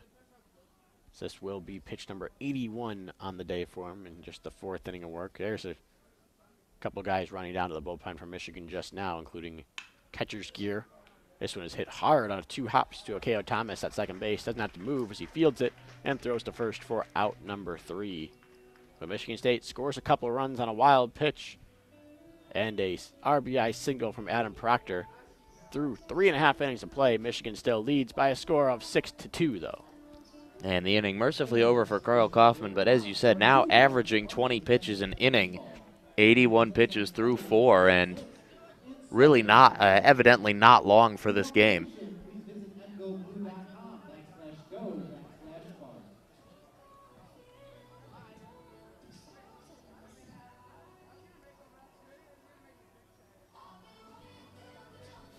For Michigan here, trying to get those couple runs back in the bottom of the fourth. It'll be the 8, 9, and 1 hitters due up, Donovan, Thomas, and Clementi. Facing Mitchell Tyransky still in the game for the Spartans. And Tyransky, as stated, 69 pitches through 3, but and he also looks to be not particularly long for this game unless he can get through this fourth inning very, very quickly, which certainly not impossible at the bottom of the order coming up, as the 8, 9, and 1 hitters for Michigan, averages of 246, 227, and 208 respectively for Joe Donovan, Akeo Thomas, and Dominic Clementi. But either way, Michigan has made Tyransky work about as effectively as Michigan State's hitters have made Carl Kaufman work. There is some action down in the Michigan State bullpen. Looks like they might be using the outdoor pen today. A little bit of stretching going on. No throwing quite yet. As Tyransky will get a chance to go relatively far in this ball game. And he'll start off with Joe Donovan, who is 1 for 1 with a single on the day. He was then thrown out on the back end of a double steal after he overslid second base on these wet turf. He takes a first pitch strike from Tyransky.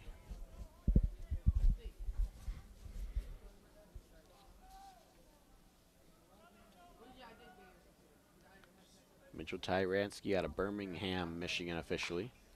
Throws one that is grounded fair down the left field line for Donovan. He's going to round first, try for second. The throw in from left field will be not in time, as trying to overcompensate a little bit maybe for oversliding the bag last time. Donovan slid a little bit short of the bag this time and popped up before making a step onto the bag. And Donovan hesitated at first thought, didn't he was laid out of the box. Looked like he didn't think it was going to be called fair, but ultimately it was. Yeah, it did sneak in down that left field line. Stayed fair a little bit past the bag as well by probably less than a foot, but clear enough where it was definitely a fair ball down the line for a leadoff double in the fourth. Akeo Thomas steps up to the plate now. He flew out to right in his first at-bat, with a chance to do a little bit of damage. Spinning back towards second, but not making a throw is Tyransky to chase Donovan back. Donovan officially 0 for 2 in stolen base attempts this season now. Would be very surprised to see him on the move towards third. Akeo Thomas squares to bunt, but pulls back on one that misses low, maybe a bit outside. Counts 1-0. And should be noted, as we stated, Tyransky from Birmingham, Michigan, an alumnus of Brother Rice High School, same as Carl Kaufman, and it's worth noting Brother Rice, a strong athletic tradition. New York Yankees new second baseman DJ LeMahieu, also an alumnus of Brother Rice, along with now retired NFL offensive lineman TJ Lang. Former Cub and Rocky DJ LeMahieu. Former batting champ, too, I believe, as well. Yep, and this is low and in for a ball 2-0. And I believe Akeo looked to square again. I believe 2-time Gold Glove winner as well. Wait a second, that was called a strike. That looked like it missed well low and in. And Bakich is not happy. You can hear Eric Bakich yelling all the way up here. Should we get on ejection watch? We might be. I believe a warning is being issued as Andre Lanoy is taking out his pad and writing down. So the count's 1-1, actually. I don't know if he ruled that Thomas cut the bat in the zone too long. It definitely did not look like that was in the strike zone. This time, another square out from Thomas, another pull back, and that one misses low and away outside for ball 2.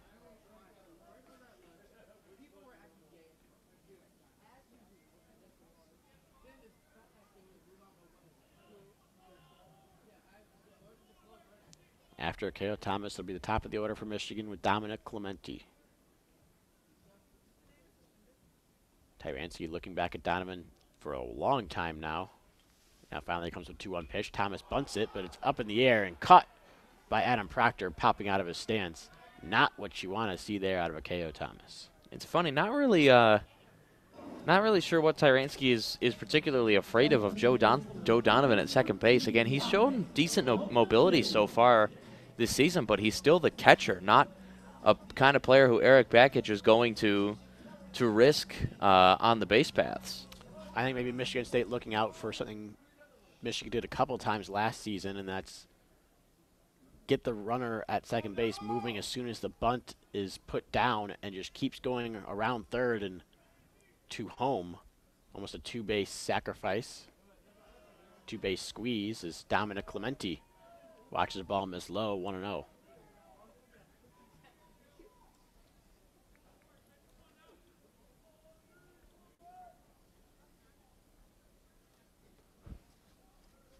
Tyranski to Clementi now, lefty to lefty. 1-0 pitch. Breaking ball in there for a strike. Or rather, no, misses just high. 2-0's the count.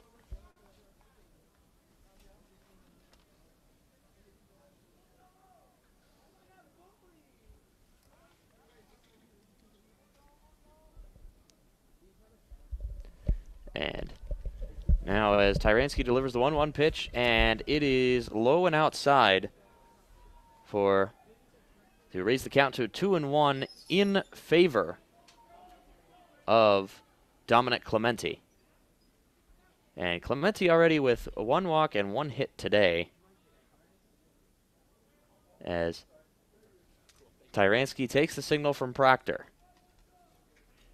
Tyranski looks back at Donovan at second base and looks back again. Tyranski delivers from the stretch, and Clementi swing and a miss to even up the count at 2.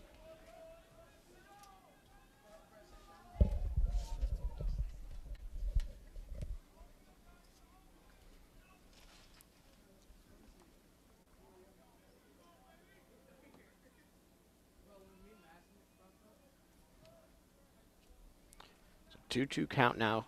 Tyranski to Clementi. Hits one high in the air towards center field, ranging back a few steps is Shimilevsky, now still moving back into the left center field gap now. Makes the grab, tagging but not going to throw on the play as Donovan.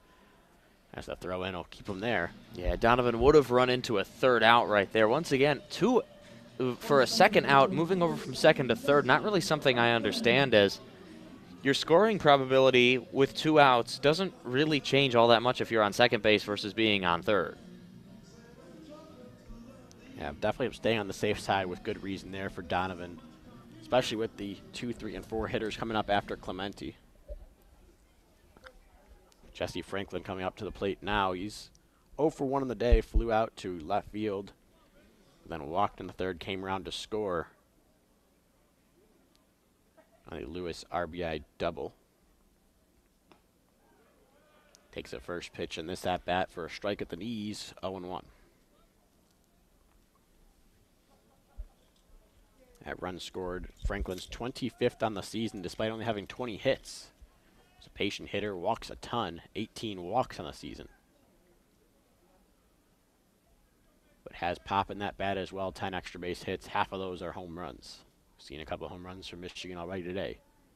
0-1 pitch, line straight back to the screen. On that pitch was Franklin, but couldn't get the barrel on it. Yes, and as we've said in previous broadcasts, Jesse Franklin, as a freshman, was a standout for Michigan last season. His average has fallen back to earth, but his power and his walk rate, his on-base percentage overall, have largely stayed the same.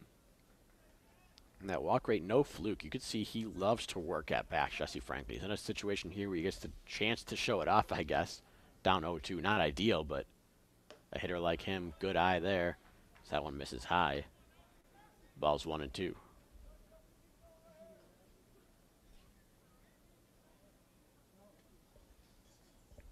Bakina Tyranski taking his time with Bakina, playing right behind the runner Donovan at second. Donovan's lead not huge, enough to score on a single though. Franklin takes an off-speed pitch outside, counts 2-2.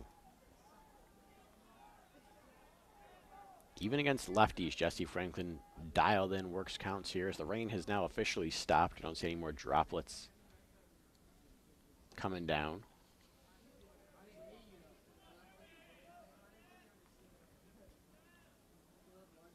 2-2 count, 2 outs. Here in the bottom of the 4th. So close. Pitch on the way. Breaking ball. This one is tapped towards the middle. Ranging over to make the play as the second baseman, Ando. He makes the play and tosses to first in time to get Franklin by a step for out number 3. And that's the first scoreless inning of the game for Michigan after scoring 1 in the first, 1 in the second, and then 4 in the third. Really, the bats have come alive today, and this is the first time where, really, to a certain degree, they have failed. The leadoff double leads to nothing on the board for Michigan that inning, but they still hold a 6-2 lead over their rival Michigan State Spartans through 4 innings of play here at Ray Fisher Stadium. You're listening to the official student radio broadcast for Michigan baseball here on WCBN Sports. And it looks like Karl Kaufman is going to come out for another inning. However, he's already thrown 81 pitches through 4. And there's a couple people out in the bullpen. Doesn't look like anybody.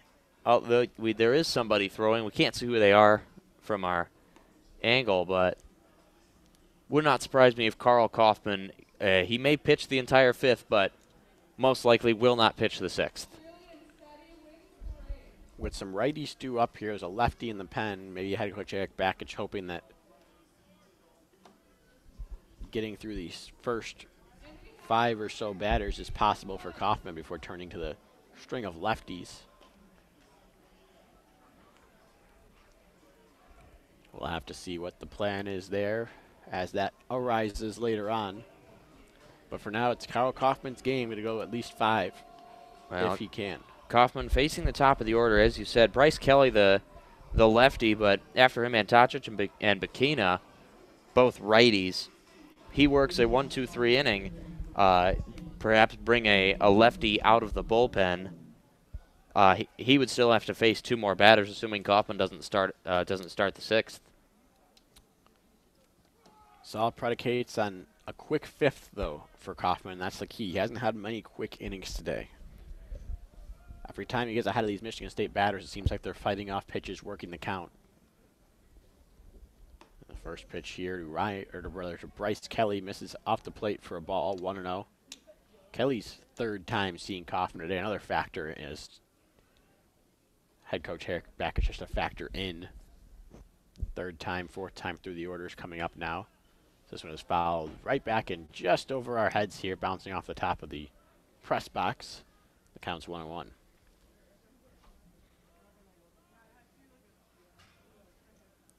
People are starting to trickle back down to the seats that aren't covered now. 1-1 pitch on the way. Misses off the plate for a ball, 2-1.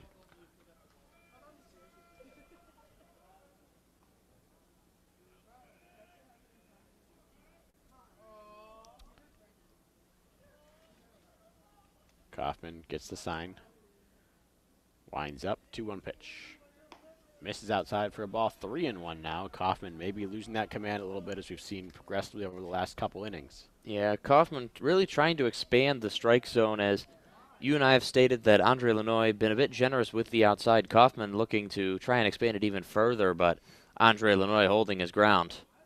3-1 pitch misses high and away for ball 4. Leadoff walk here for Michigan State, looking to tack on a couple more runs and chip into that lead just a little bit more here in the 5th. And Kaufman starting to labor out there on the mound. Still action in the bullpen. Would not surprise me to see Chris Fetter coming out yet again in this 5th inning and potentially see a replacement if Kaufman perhaps gives up another run. It'll be Justin Antancic, the tall righty. First pitch he sees from Kaufman is in there on the inside corner for a strike, 0-1.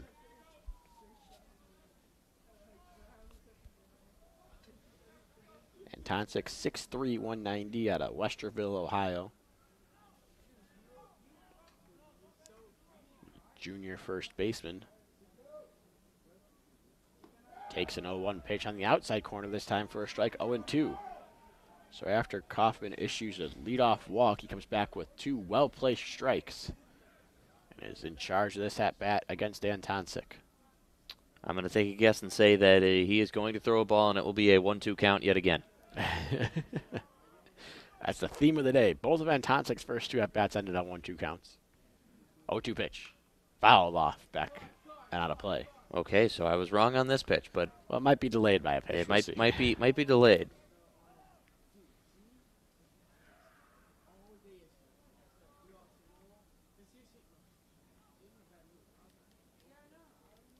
Bryce Kelly broke his streak of ending at bats on 1-2 pitches when he took that walk. Maybe Antonsic will do it here. 0-2 pitch. Kaufman takes a while. Now comes with it. This one is bounced high towards the left side. Making the play barehanded is Nelson. He'll throw over to first. Didn't have a play at second with how high that one was hit off the turf. And for out number 1. And the third base side of the infield really done well all season with the bare hand. Blake Nelson and Jack Blomgren each in the last week a couple barehanded grabs. And, hey, Antosnik didn't go out on a 1-2 count. But there you go. Got to imagine Michael Berdar, the newest member of the Michigan coaching staff, was an assistant, or was it volunteer assistant last year, if I remember correctly. It was an official title. This year on as officially an assistant coach. Was his specialty making barehanded plays at shortstop for the Wolverines for a few years. And speaking of shortstops, Marty Bikina takes a first pitch strike to begin his third at-bat of the ballgame. Runner on second, 1 gone here in the 5th inning. I believe leading Michigan State 6-2. Michael Berdar is still a volunteer assistant coach. He joined last season as a program assistant. There you go. This 0-1 pitch is swung on and missed at the off speed. It's 0-2. He gets his name announced now at the beginning of games, though. So after taking a year off of not being announced here at Ray Fisher Stadium, right back at it for Berdar. Yes, Berdar, a career fielding percentage of .969 at shortstop. Extremely impressive, and it was every bit of that .969 was impressive. 0-2 pitch. Just missed. Maybe outside, maybe low. Couldn't quite tell from up here. Count is 1 ball and 2 strikes. That one was pretty low, but some more discontent from the Michigan faithful here at Ray Fisher Stadium directed at umpire Andre Lanois. Joe Donovan held that for an extra couple beats as well, trying to get the call. Didn't help Lanois in the reaction he got. That 1-2 pitch to Bikina. Swung on and missed, but this ball gets away from Donovan well back behind the plate here. Making a hard turn at third was Kelly. It'll go over to third base. Meanwhile, Bikina's over at first on the drop third strike. Unfortunate there for Kaufman, but Donovan, a little bit of a rough day behind the plate. That one I think he just has to block. He got him to chase on the breaking ball in the dirt. Just couldn't keep it in front of him.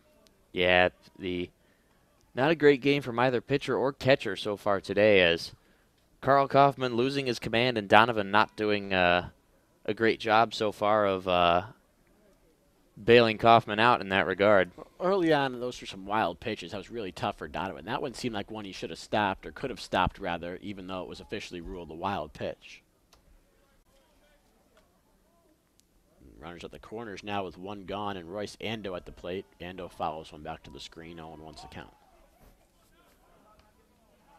Well, Kaufman is now facing the third of the 4 right-handers in this stretch. So if unless he gets a double play, let's say he gets Ando out and then gets out of the inning against Shimoleski next, then he will have made it through all the right-handers in the lineup, and Eric Bakich can switch over to a left-handed reliever. His 96th pitch of the day misses low and in to Ando, though, and the count's 1-1. Yeah, ideally, if you're Kaufman, you want this double play ball here. This might be his last batter regardless, given this. His pitch count is up over 95. Now this will be 97 on the way when he throws it. Solid lead for Bikina over at first. He's 2 for 3 on stolen base attempts this year. Might be in motion trying to stay out of a double play perhaps, as this one is fouled off of Joe Donovan, who's in pain back there. The count's 1 ball and 2 strikes. Not a whole lot of suspense there. But now the way Joe Donovan's been having a rough game as Chris Fetter comes out and gives away some balls to Andre Lanois.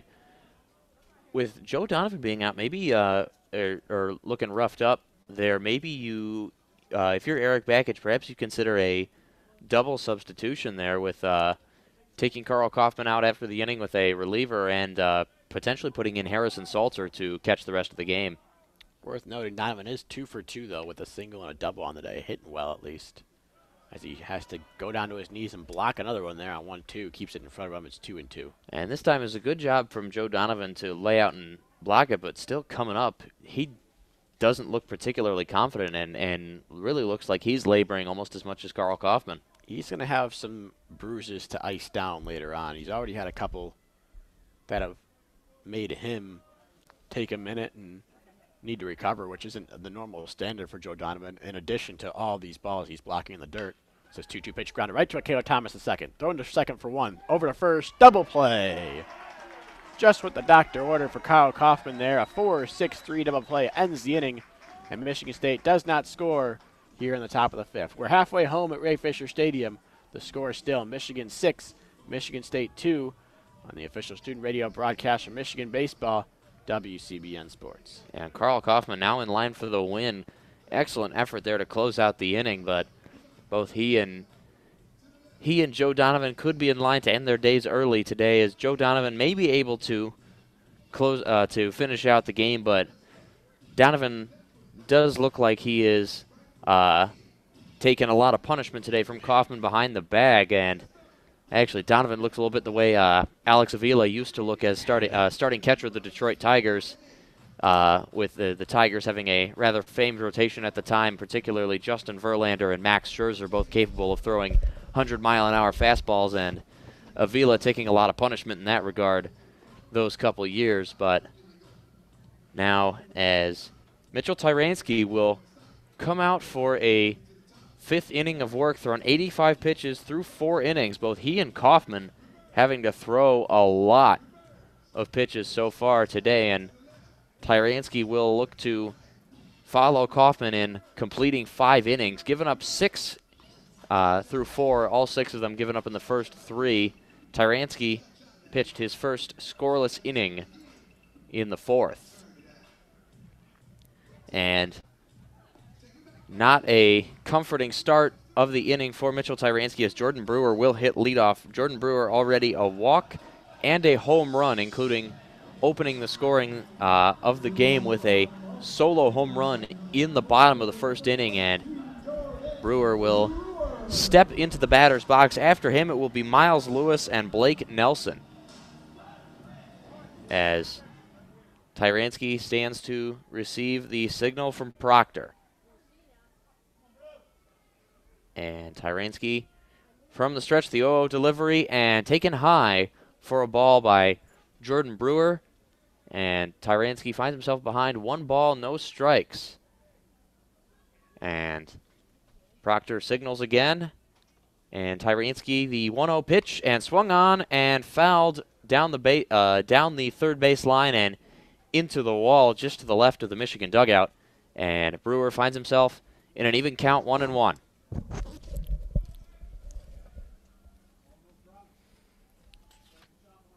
Thanks for filling in there for a minute, Nick.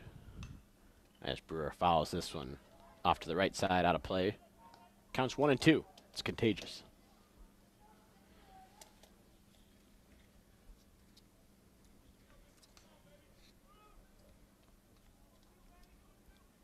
Brewer 1 for 1 on the day.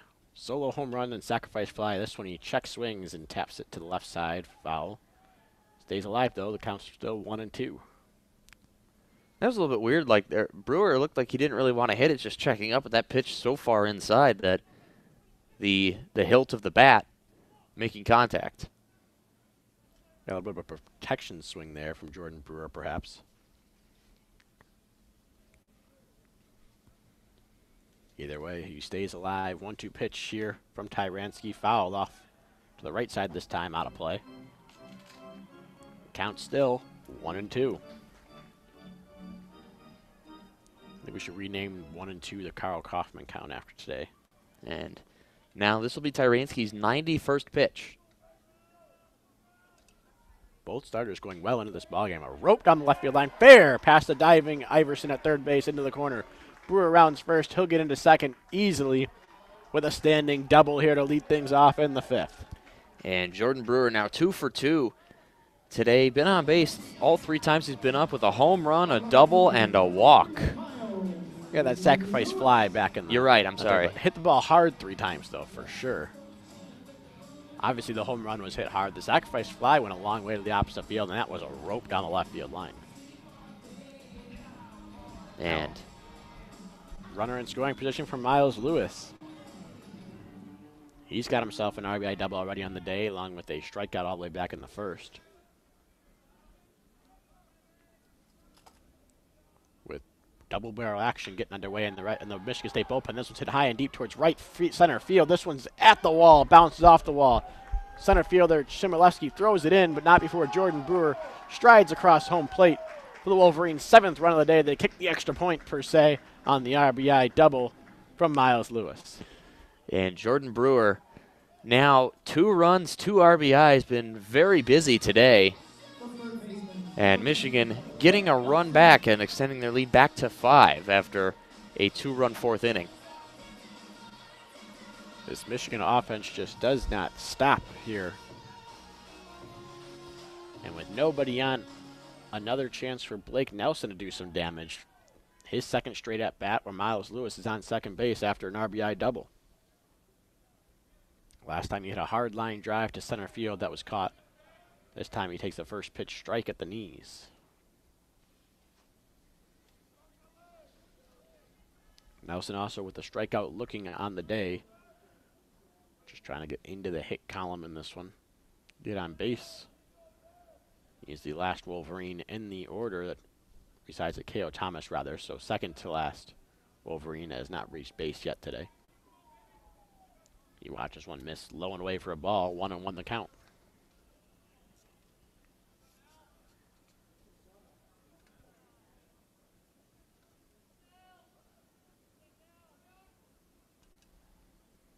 Tyranski comes set, checks Miles Lewis a couple times, now fires an off-speed pitch that misses inside this time to Nelson. Counts 2-1.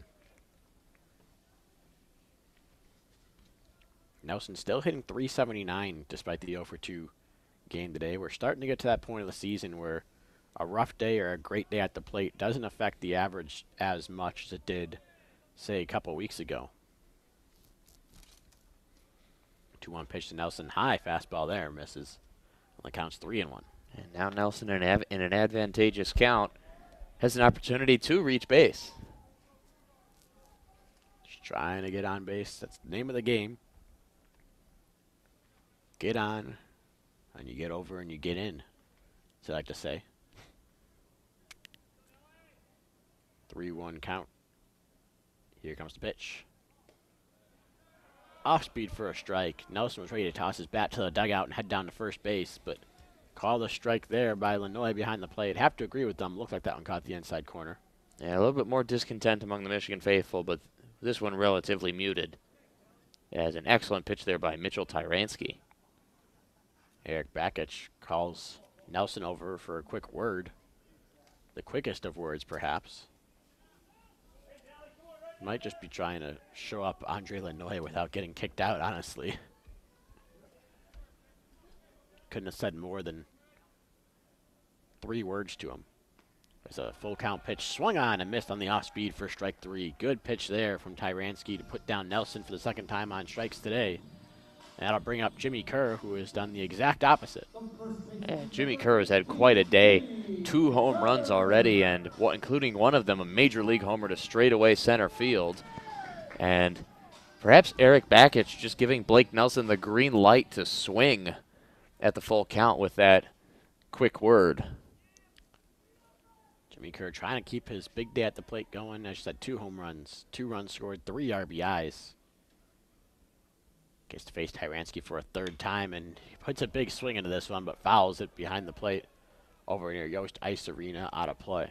I think Jimmy Kerr wants to have a hat trick of home runs today. It'd only be better if he hit it out to left field. He's already got one over the right field wall and one in straightaway center. Yeah, no big deal. Just hit an opposite field home run over that giant wall in left field, Jimmy. Should be a piece of cake, right? Yeah, easy. I've seen Miguel Cabrera do it all. I see Miguel Cabrera do it all the time. Seen one of the greatest hitters ever. This one, he lines down the left field line. Will it stay fair? It will get into the corner. Not a home run. That's going to be a double for Kerr. There's a little bit of a bobble by Kelly in left. Allows Kerr to get in there, standing up. The Kerr family going wild over here to our right as Jimmy drives in his 4th run of the ball game, his 3rd hit, and he is locked in with Michigan leading 8-2. And Jimmy Kerr has been a very busy man today. Now 2 home runs and a double, but notice how that did go over to right field. Left field. You did call left field on that one. So good call, I guess, there. Maybe he was trying to see if he could go to all fields with it. Yeah, he's painted the outfield today now. Any scouts in attendance. Jimmy Kerr can go to all fields. There you go. Be perfect for Boston with that short left field porch. Yeah, there you go. Just pound it off the wall. Pound it off the green monster all day long. Or Houston. Or hook it around the right field. Or Houston with that short left field, but not particularly high wall, not the green monster. Kerr can hit home runs every which way. Looks like it will be the end of the day here for Mitchell Tyransky. As Jake Boss heads out to the mound to remove him from the ball game. The long walk back to the dugout for Tyransky, having given up 8 already. His line not closed, though, as Jimmy Kerr at second is still his responsibility, per se, on the stat sheet. And Tyransky, really not a whole lot you could do. His pitch count right up around 100. And at that point, it's really just a matter of win.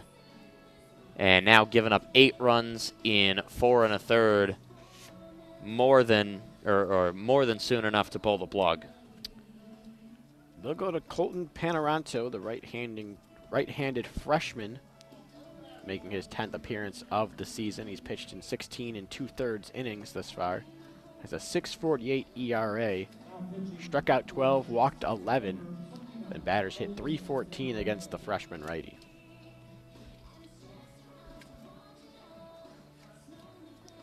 Panaranto, the 6'1" right-hander out of Martinsville, Indiana, will get his chance to try to quell this Wolverines lineup that has been red hot today. Only one inning which they haven't scored in. They lead by 6 over their rival Michigan State Spartans, looking to capture their 2nd win against the Spartans in as many days.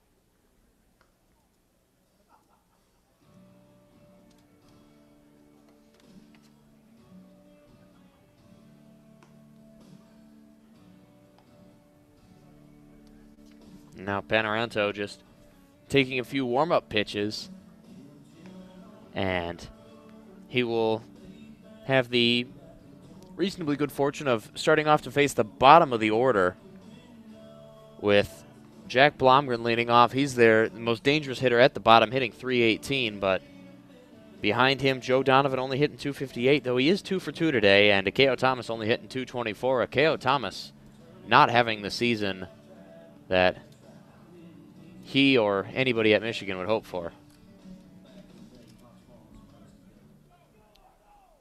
Jack Blomgren will be the first one to face the new pitcher, Colton Panaranto. Panaranto standing all the way to the first base side of the rubber here. Will be working out the stretch with Kerr at second.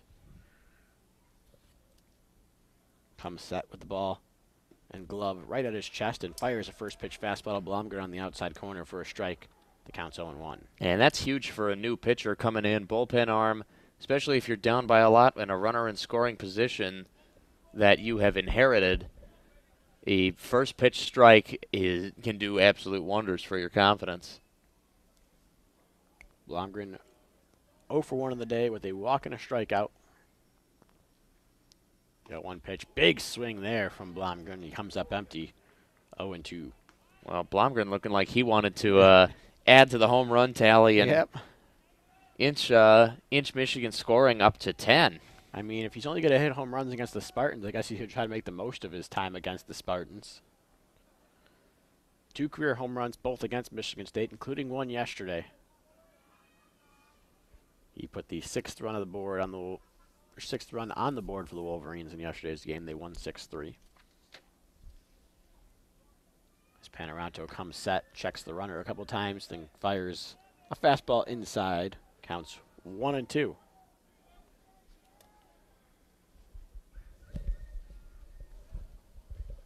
The count of the day brought to you by the Pataki and Klein Law Store. There we go. There we go. Reminder, they're a law store, not a law firm.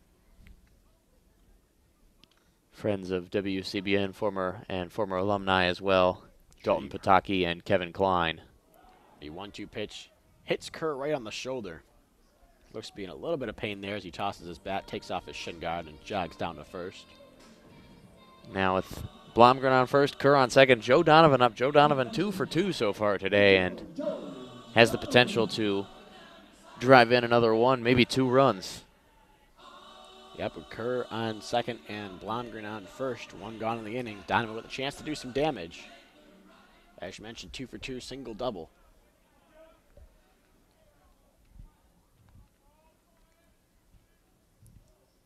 Stands in their slightly open stance in the right-handed batter's box. Righty-righty matchup this time. First pitch misses low. Look like a changeup. The count's 1-0.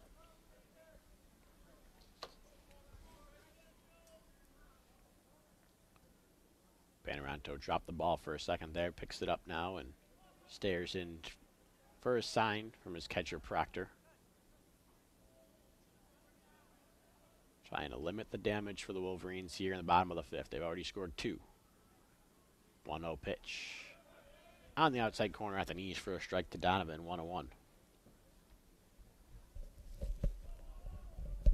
sure Michigan would like nothing more than to blow this one wide open here in the 5th inning and cruise the rest of the way home, prep for tomorrow's ball game, and go for a sweep, having taken care of business in the first couple games of the series.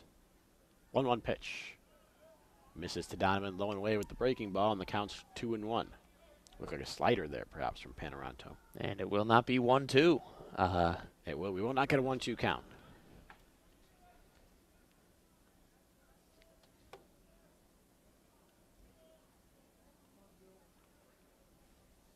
Panaranto comes set. Glove right in front of the Spartans listed across the Michigan State jersey. That's in there for a strike. 2-2. And now Joe Donovan will have to swing to protect and see if he can exploit the freshman Panaranto. Down with the Michigan uniforms with the stirrups. Panaranto wearing the stirrups as well with his Michigan State uniform. Michigan State in the green tops, green hats, white lettering, Spartans, white numbers, white S on the cap. It's a 2-2 pitch hit high in the air towards deep left field. Going back is Kelly at the track, at the wall. Gone! 3-run home run. Joe Donovan, he's 3/4 of the way to the cycle now with a single double, and now the 3-run bomb. And you wanted to take him out of the ball game, Nick. Well, I don't want to. I don't want to sound overly negative here, but when was the last time a catcher hit a triple? But excellent work by Joe Donovan there, but in my defense, as you stated, he is going to be heavily bruised at the end of today. I'm sure that'll help though when he's looking at his score sheet and sees 3 for 3, 3 RBIs, and helping propel the Wolverines to now an 11-2 lead. K.O. Thomas now steps up with nobody on after Joe Donovan cleared him there.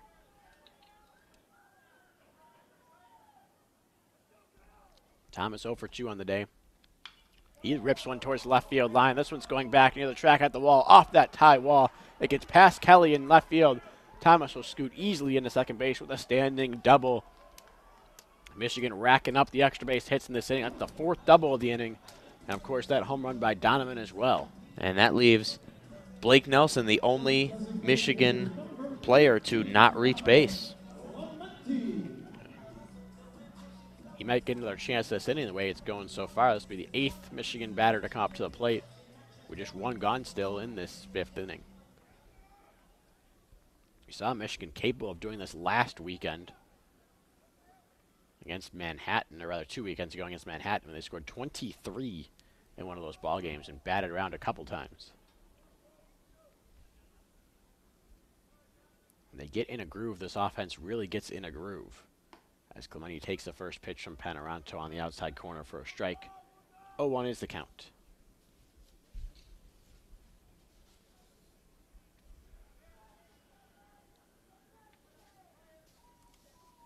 Panaranto's ERA not going to look too pretty now after giving up the home run and including now a hit by pitch and a doubles. Already 2 earned runs on his ledger. Hasn't recorded an out yet, but gets a swing and a miss there from Clemente to bring the count to 1-2, or rather 0-2. So you're saying 1-2 today. It's coming, though. You heard it here. I mean, you've had good luck in this inning, Colin Kerr hitting it out to left field. I believe you. Well, I also said Joe Donovan should come out of the game, so. I mean, to be fair, you were saying that more for his personal health and well-being, not his performance, as this one is tapped back to this green. It's 0-2 still. So I've had mixed results in this inning so far. That's the thing about baseball, though, is there's so many things happen, you can just forget about the wrong calls and just focus on the ones you make right. Like if you said, here comes a home run for every Michigan batter today, you could just say, hey, I called 3 home runs today, or 4 home runs today. 0-2 pitch on the way. Inside. Guess what? Nailed it's it. 1-2. See, there you go. Nailed it. Clemente's 1 for 3 on the day with a single and a run scored back in the third. Also has a strikeout and a fly out to center field in there. And Clemente having a good day hitting leadoff today. I know I was skeptical at the start, but, well, that's another thing I was wrong about. Again, we don't focus on the wrong things. You just talk about the good ones. 1-2 pitch to Clemente. Swing and a miss. Strike 3 on a good off-speed pitch. Looked like a slider from Panaranto. He picks up a strikeout, records his first out since coming into the ballgame. And now there's 2 gone in the inning, and Jesse Franklin stepping up to the plate. And Panaranto needed that, really, to get the strikeout. Strikeouts are huge for a pitcher's confidence, and now he has the opportunity to strand to K.O. Thomas at second base. Would be big for Michigan State to get out of this inning finally, with Michigan looking to bat around. This one sneaks through the legs of Proctor on a pitch that's low. K.O. Thomas moves to third on ball 1 of the at-bat to Franklin. Well, okay, now Panaranto has an opportunity to strand to K.O. Thomas at third. Really been a rough day behind the backstop for both catchers, really. Donovan's been able to make up for it with production at the plate, but Proctor not his best day. Yeah, Proctor with the double play fly ball. Does have an RBI single, though. This one bounced to the dirt and keeps it in front of him this time. Keeps Thomas at third base, but the count's 2-0 on Franklin. Franklin's 0 for 2 today with a walk and a run scored in the third. And he bookended that with a fly out in the first to left and a ground out to second to end last inning. Third straight inning coming to the plate for both Clemente and Franklin. So 2-0 pitches in there for a strike, 2-1.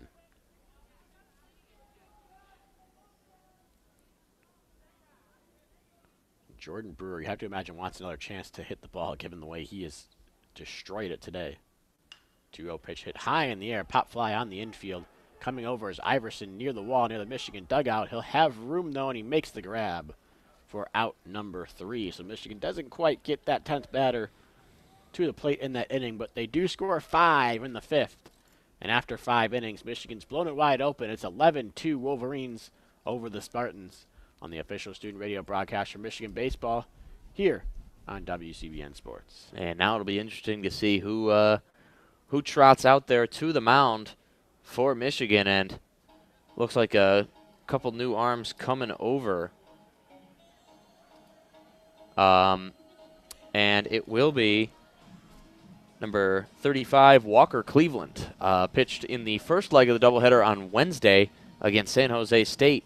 Cleveland delivered 2 innings of baseball, on scoreless baseball at that, on Wednesday. Be interesting to see how long he will pitch for today. Of course, now the bullpen needs to cover 4 innings of work, with Carl Kaufman only lasting 5. Walker Cleveland good for 2, maybe 3. Yeah, it seems at least Michigan, without any inside knowledge here on this one, it seems like Michigan might be stretching out Walker Cleveland a little bit to maybe step into a starting role next season. The freshman lefty has been pitching multiple innings on a few different occasions. You mentioned this past Wednesday. In addition, the week before that, the midweek game against Western Michigan, pitched a few innings in that as well. A long reliever type. Again, just a freshman. He's out of Suwanee, Georgia.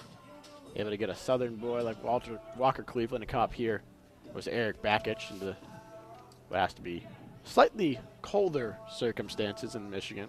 Yes. Just a little bit. Yes, but you know you've done a good job recruiting when you have a guy from the South named Walker coming up to play for your program. He's definitely on the all-name team, in my opinion here, Walker Cleveland. He was born to be in the Midwest with a name like that. A name like Walker. Name like Cleveland. That as well. He'll be making his 5th appearance of the season. He's already pitched in 8 1/3 innings. He's 1-1 with a 2.16 ERA. He's struck out just 2 batters in those 8 1/3, walked 4, but opponents only hit .080 against him. Would there be a spot in the rotation for Walker Cleveland next season with the weekend starters? Tommy Henry will be back, Carl Kaufman will be back, and Ben Dragani will be back from injury. First batter here, Shimoleski loops one towards left field, but Blomgren makes the grab easily for out number 1. Now you'd have to imagine there might be some shenanigans with the draft. You're not entirely sure who goes when. And you could always use some pitching depth, starting pitching depth from midweek series. I know Michigan was hoping at least to have about 4 starters here. Obviously Jeff Criswell would have been more the midweek starter. He was bumped up to the 3rd starter with Dragani's injury. But both Henry and Kaufman Jr. is eligible to come back next season. Of course, as you said, barring the draft, Tommy Henry having a good enough season to potentially attract the attention of some scouts. Yeah, the first pitch here to Reese Trahey is a breaking ball that misses low and in, 1-0. I think I mentioned a little bit that Walker Cleveland reminds me a little bit of a freshman Tommy Henry. Kind of using him in situations like this. This one's grounded towards third, backhanded by Blake Nelson. Short throw, but a long hop for Kerr to field it easily for out number 2. And Walker Cleveland so far working quickly in this inning now, only thrown 3 pitches and already 2 outs. Yeah, he's not the same pitcher Tommy Henry is. Henry can rack up the strikeouts when he's got that curveball, fastball combo going. He can mix in the slider with it as well. Cleveland very much a pitching to contact type of guy now in the 9 innings, after including those couple of outs. He's pitched 9 innings, only 2 strikeouts this entire season for him. But he gets soft contact, and that's the key. You know, I don't think I've ever been on a broadcast where Tommy Henry was starting. Yeah, you got to come up for the Friday games, the first games of the series, I guess. There was a Thursday series. This is only the 2nd series at home, though, so. Yeah, I've seen lots of and that stretches to last season. I've seen lots of Kaufman, lots of Ben Dragani, and lots of Jeff Criswell, but no Tommy Henry. First pitch from Walker Cleveland to Zade Walker, pinch hitter. Missed low and in for a ball, 1-0. This one's hit high in the air towards the left side, or rather towards right side, moving over is Kerr. He'll have room in foul territory to make the grab for out number 3. And very quick 6th inning there by Walker Cleveland. Looks like the Michigan's pitching staff now that they're up 9, they're maybe a little tired of standing out in the weather. Maybe they just want to go home. Walker Cleveland pitches to contact, got 3 soft hit balls in that inning. Or rather 3 easy outs in that inning at the very least.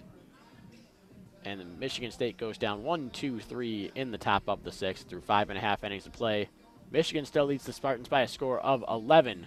You're listening to the official student radio broadcast from Michigan Baseball here on WCBN Sports. And an argument to be made, the biggest loser of Walker Cleveland's quick 1-2-3 inning is Colton Panaranto, as Panaranto had a rough start to life today, pitching in relief for Mitchell Tyransky for the Spartans, giving up 2 runs, and 2 of which are 2 runs charged to him. And now he has had essentially at most 5 minutes of rest before he has to go out and face this Michigan lineup again. And Jordan Brewer once again leading off an inning.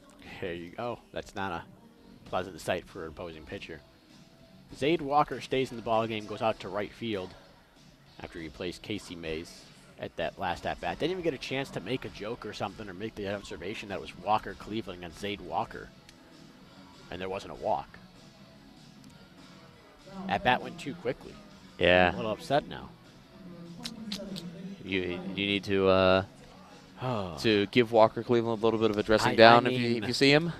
ultimately, I can't really fault them too much here. It is already 2 hours into the game, given all the runs Michigan has scored. So quick innings out of Walker Cleveland are pretty welcome, actually. Yeah, we're not even two-thirds through today. Not officially. Michigan offense might have something to say about sticking around a little bit longer as Jordan Brewer, Miles Lewis, Blake Nelson, 3, 4, 5 due up here to start the 6th. Just as they were in the 5th when Michigan scratched across 5. Yeah, the crowd's starting to empty out a little bit here, actually. Game gets a little bit of a blowout, gets a little bit later, getting a little bit darker. Lights are on here, haven't quite taken full effect as the first pitch is on the outside corner for a strike to Brewer. 0-1.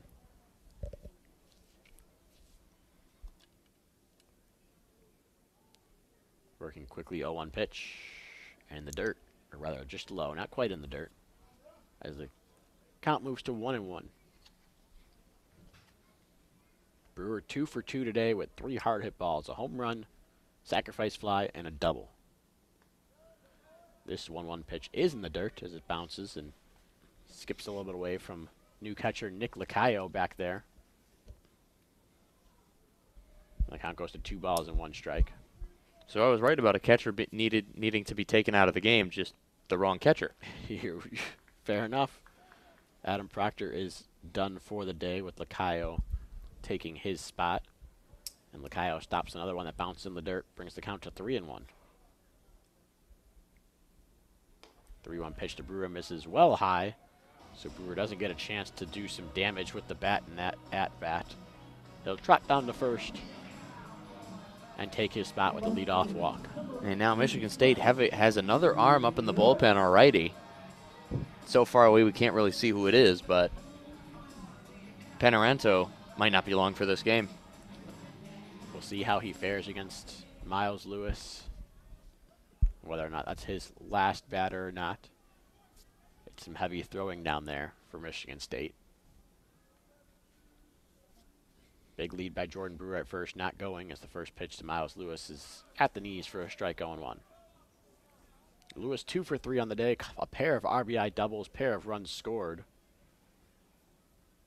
2s across the board for him, 2 hits, 2 runs, 2 RBIs. They're doubles, 2 of them. But he wears number 3. And he takes a pitch low. It's even the count up at 1 ball and 1 strike.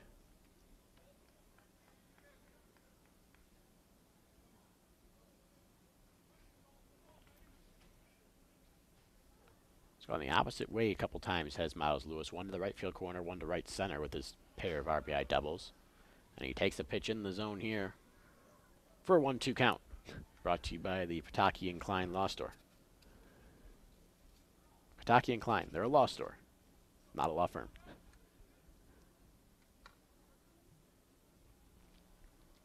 One and 2 on the way. This one is bounced towards short, perhaps double play ball here. Burkino does not field and throw to second, though. He throws to first, just barely in time. Got Lewis by half a step over there at first base for out number 1 in the inning. Moving up to second on the play is Jordan Brewer. And once again, Michigan State not able to get a double play on a ground ball that looked tailor-made for the double play. Subdued by the high chopper yet again, and Jordan Brewer went early as well. And Brewer very fast on the base paths, 10 for 14 stolen bases on the season. That leads the team in both of those categories. And a good read off the bat there, as you mentioned. Stayed out of the double play, and now Blake Nelson a chance. The last Wolverine in the starting lineup that has not reached base yet today. He's 0 for 3 with a pair of strikeouts and a line out to center.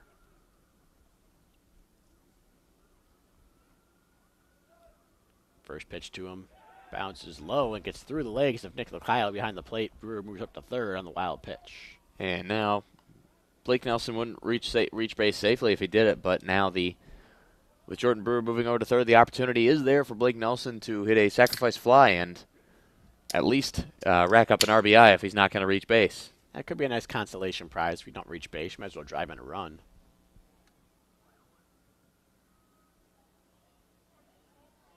Won't help the on-base percentage, but good for morale.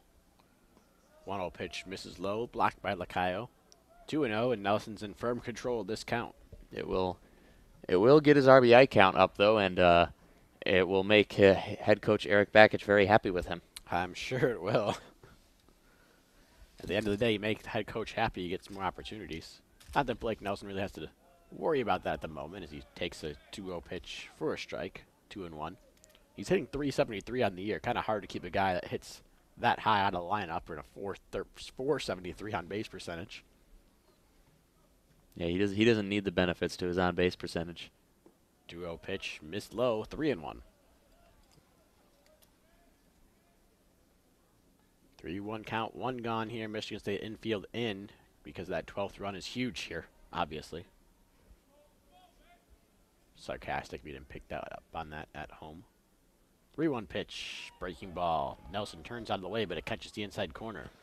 Well, that was an attempted sell job by Blake Nelson. That pitch getting just inside Nelson, pivoting away to try and skew the umpire's perception. I think it's just a real good slider from Panaranto. He's used it a couple times and uses it again there to get Nelson swinging and missing for strike 3. He's got the hat trick today. Well, and he's got the wrong kind of hat trick in his opinion. Yeah, a man who has a different kind of hat trick, however, is Jimmy Kerr with extra base hits going each of the 3 ways in the outfield. Yeah, he could go for the hat trick of home runs here potentially. With 2 gone in the inning, runner on third. As you mentioned, 3 for 3, 3 extra base hits. Home run to right field, solo shot. Home run to center, that was a 2-run shot. He fouls this one off the left side of the play. And a RBI double down the left field line. Let's go, Jimmy! Here's the Kerr family. Sharing our balcony over here. Well, the Kerr family has had quite a lot to cheer about today. They have. See if they have some more here. Is this 1-0 pitch hit in the air towards left center field? Will it get Yes, down? he It does. will. Another Yes, he extra does. base hit for Jimmy Kerr. That's going to be another RBI double. Jimmy Kerr absolutely locked in. What a day. All right, so how's this? Jimmy Kerr hits a home run to right field. That is 4 bases. Hits a home run to straightaway center field. That's 4 bases. Now he's hit 2 doubles to left, 4 bases. He's taken 4 bases from each side of the outfield. There you go. Perfect. 2 doubles is basically a home run, right? That's how it works. Either way, that is his 5th RBI of the day. Michigan leads 12-2 now over the Spartans. And Jack Blomgren with a chance to drive in Kerr potentially at second base. He takes the first pitch on the outside corner for a strike, 0-1. Blomgren's 0 for 1 in the day officially with a strikeout, but has reached base on a walk and a hit by pitch.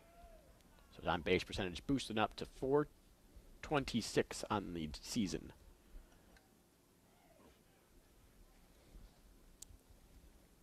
We saw him take a big hack on 0-1 in his last at-bat.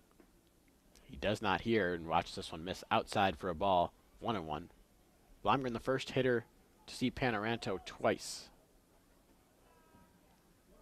And in only 1 1/3 innings of work so far out-wise, to have a player see you twice is a bit foreboding, suffice to say.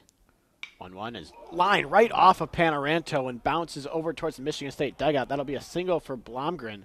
Panaranto looks to be all right as he ran over to try to field the ball and ran home.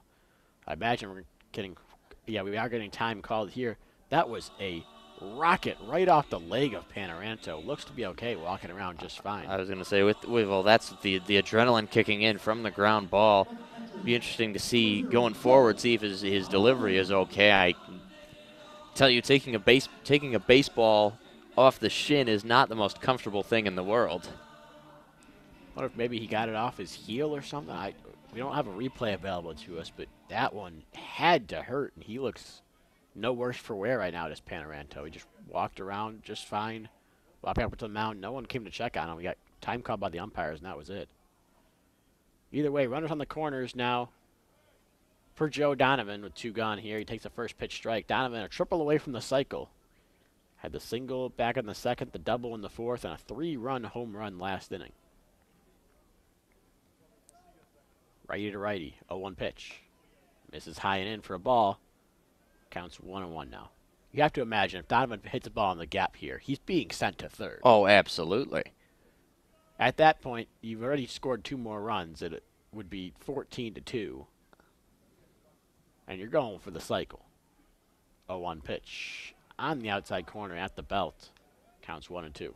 Now, would we be right in being a little bit spiteful if Joe Donovan puts one over the fence? I mean, I'm sure he might be the exact same way. We were kind of thinking, oh man, almost had the cycle, but you know what? I'll just take the extra base, an extra home run. He hits it on the right field line towards the corner. It's going to slice foul though into the Michigan State bullpen. I had the potential right there if that one stays fair, but he just stays alive at 1 and 2.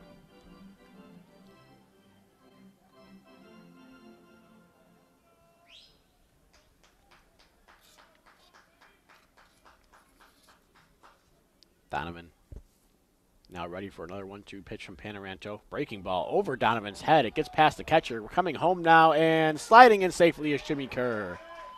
Got a nice bounce off the backstop to Nick Lacayo. He fielded, tried to dive towards home plate and tag Kerr, but couldn't get there in time. So another Michigan run scores on a wild pitch there. On the score, 13-2, Michigan over Michigan State. Yeah, at first glance, I thought Lacayo was going to be able to get him, but excellent base running there by Jimmy Kerr. So now we can add good base runner to a list of nice things that can be said about Jimmy Kerr today. There you go.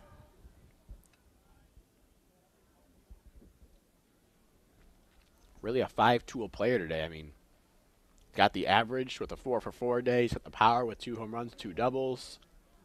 The speed there on the base paths. Haven't seen the arm, admittedly. But, I mean, he's made a couple of nice picks over there at first base. Well, he plays first base. The arm isn't really a concern. So we're getting a mound visit here. Maybe a check finally on Panaranto. Fixing his left leg. After he uncorks one like that, you might want to check on him. He's going to get a couple of warm-ups. So maybe now the adrenaline wearing off and that line drive off the leg finally hitting Panaranto. Yeah, still not really walking gingerly, though. He is stretching out that left leg. Might be getting a move down to the pen here. Looking down at the pen. Panaranto looks like he wants to stay in the game, but he will not. He'll be removed mid-at-bat here against Joe Donovan. We're getting a pitching change. Here in a 1-2 count.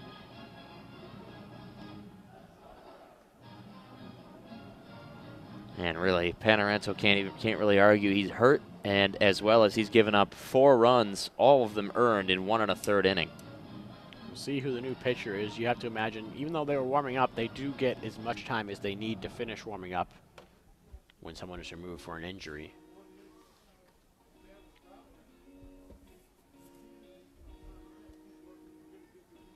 Looking for a number out there now.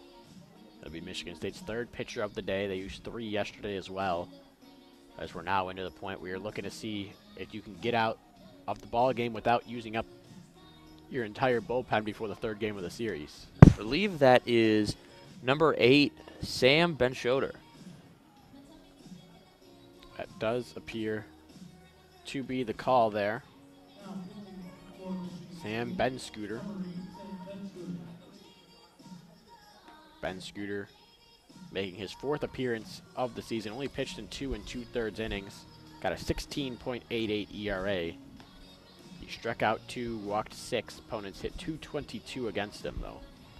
So very small sample size contributing to that high ERA. I have to imagine most of those coming from the walks. As appears to at least get some soft contact. Not many extra base hits against him, a double and a homer, but .222 overall. And it's always awkward when a pitcher comes in mid at bat, because really all he needs to do is throw 1 strike to Joe Donovan, and Joe Donovan has seen nothing of Ben Scooter. Very awkward position for Joe Donovan to be in. Doesn't appear to mind it though, as he's dancing around the on-deck spot as he warms up here. Well, he's earned that right today. Yeah, he's feeling it right now. Benschoter, 6'3", right-handed junior out of Tecumseh, Michigan. As you mentioned, will come into the game with a 1-2 count, or rather 2-2 count now on Joe Donovan.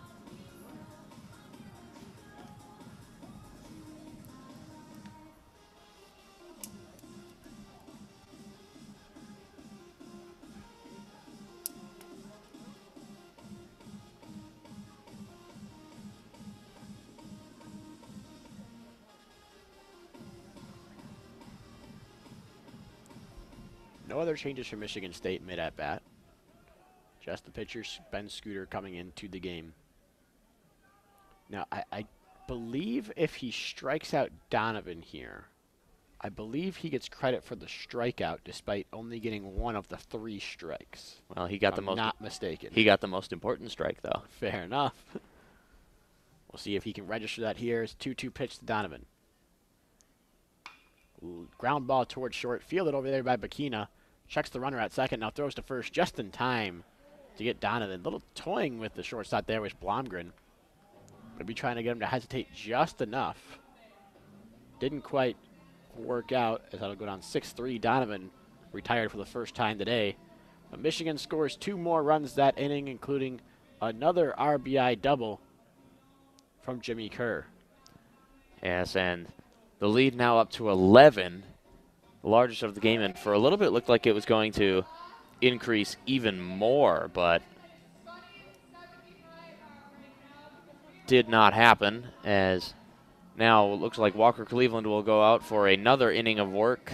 Unsurprisingly there, after he has done a grand total of 5 pitches in his 1 inning of work this far. Yeah, no real surprise there, as Cleveland really done well so far this season for a freshman. Figure to be and I know the situations aren't exactly identical, but figures to be a little bit like this season's Jeff Criswell. Yeah, very much so. Come into the game, pitch a few innings. Yeah, maybe Criswell was ticketed for that role to begin with, or maybe just a 4th starter. Well, either way, he's now your 3rd starter, your Sunday starter traditionally. We'll see him go in tomorrow's ball game. You have to imagine back in East Lansing.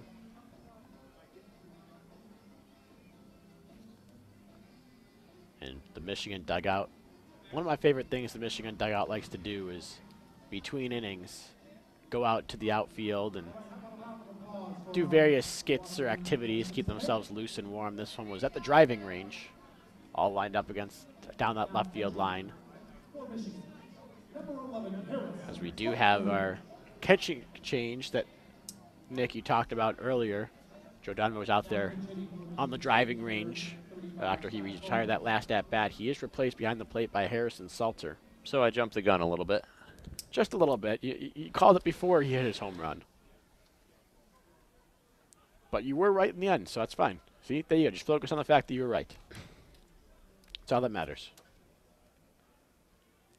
Except in math class. Then it matters Well, how you got there.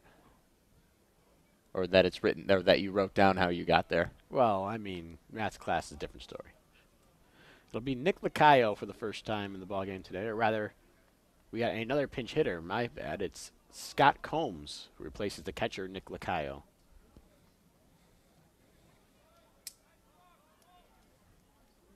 He takes the first couple pitches of that bat, 1 ball and 1 strike.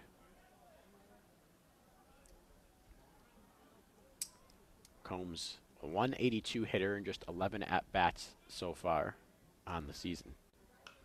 He fouls a 1-1 pitch off to the right side, out of play. The count moves to 1-2. Big surprise.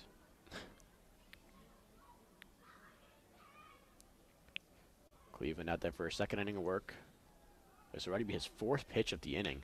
This one is golfed. It was about to hit Combs in the leg, but he golfed it out towards short. Making the play over there was Blomgren, but he throws low to first base, and Kerr can't scoop it. Should go down as an error on the shortstop, Blomgren. And the leadoff runner is on in the 7th for Michigan State.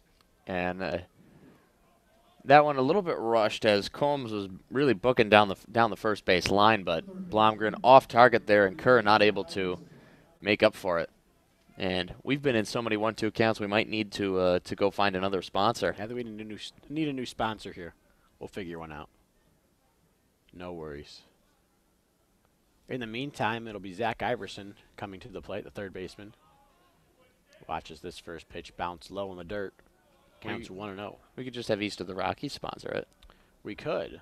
I don't know if they have the funds to afford us here. Wow. I don't know about you. I don't know if I'm giving out discounts right now. I got to pay for my dinner after this ball game. 1-0 pitch, breaking ball, strike 1. Well, I gotta pay for the gas for my drive back there home. You go. Fair enough. See, exactly. We need all we can get.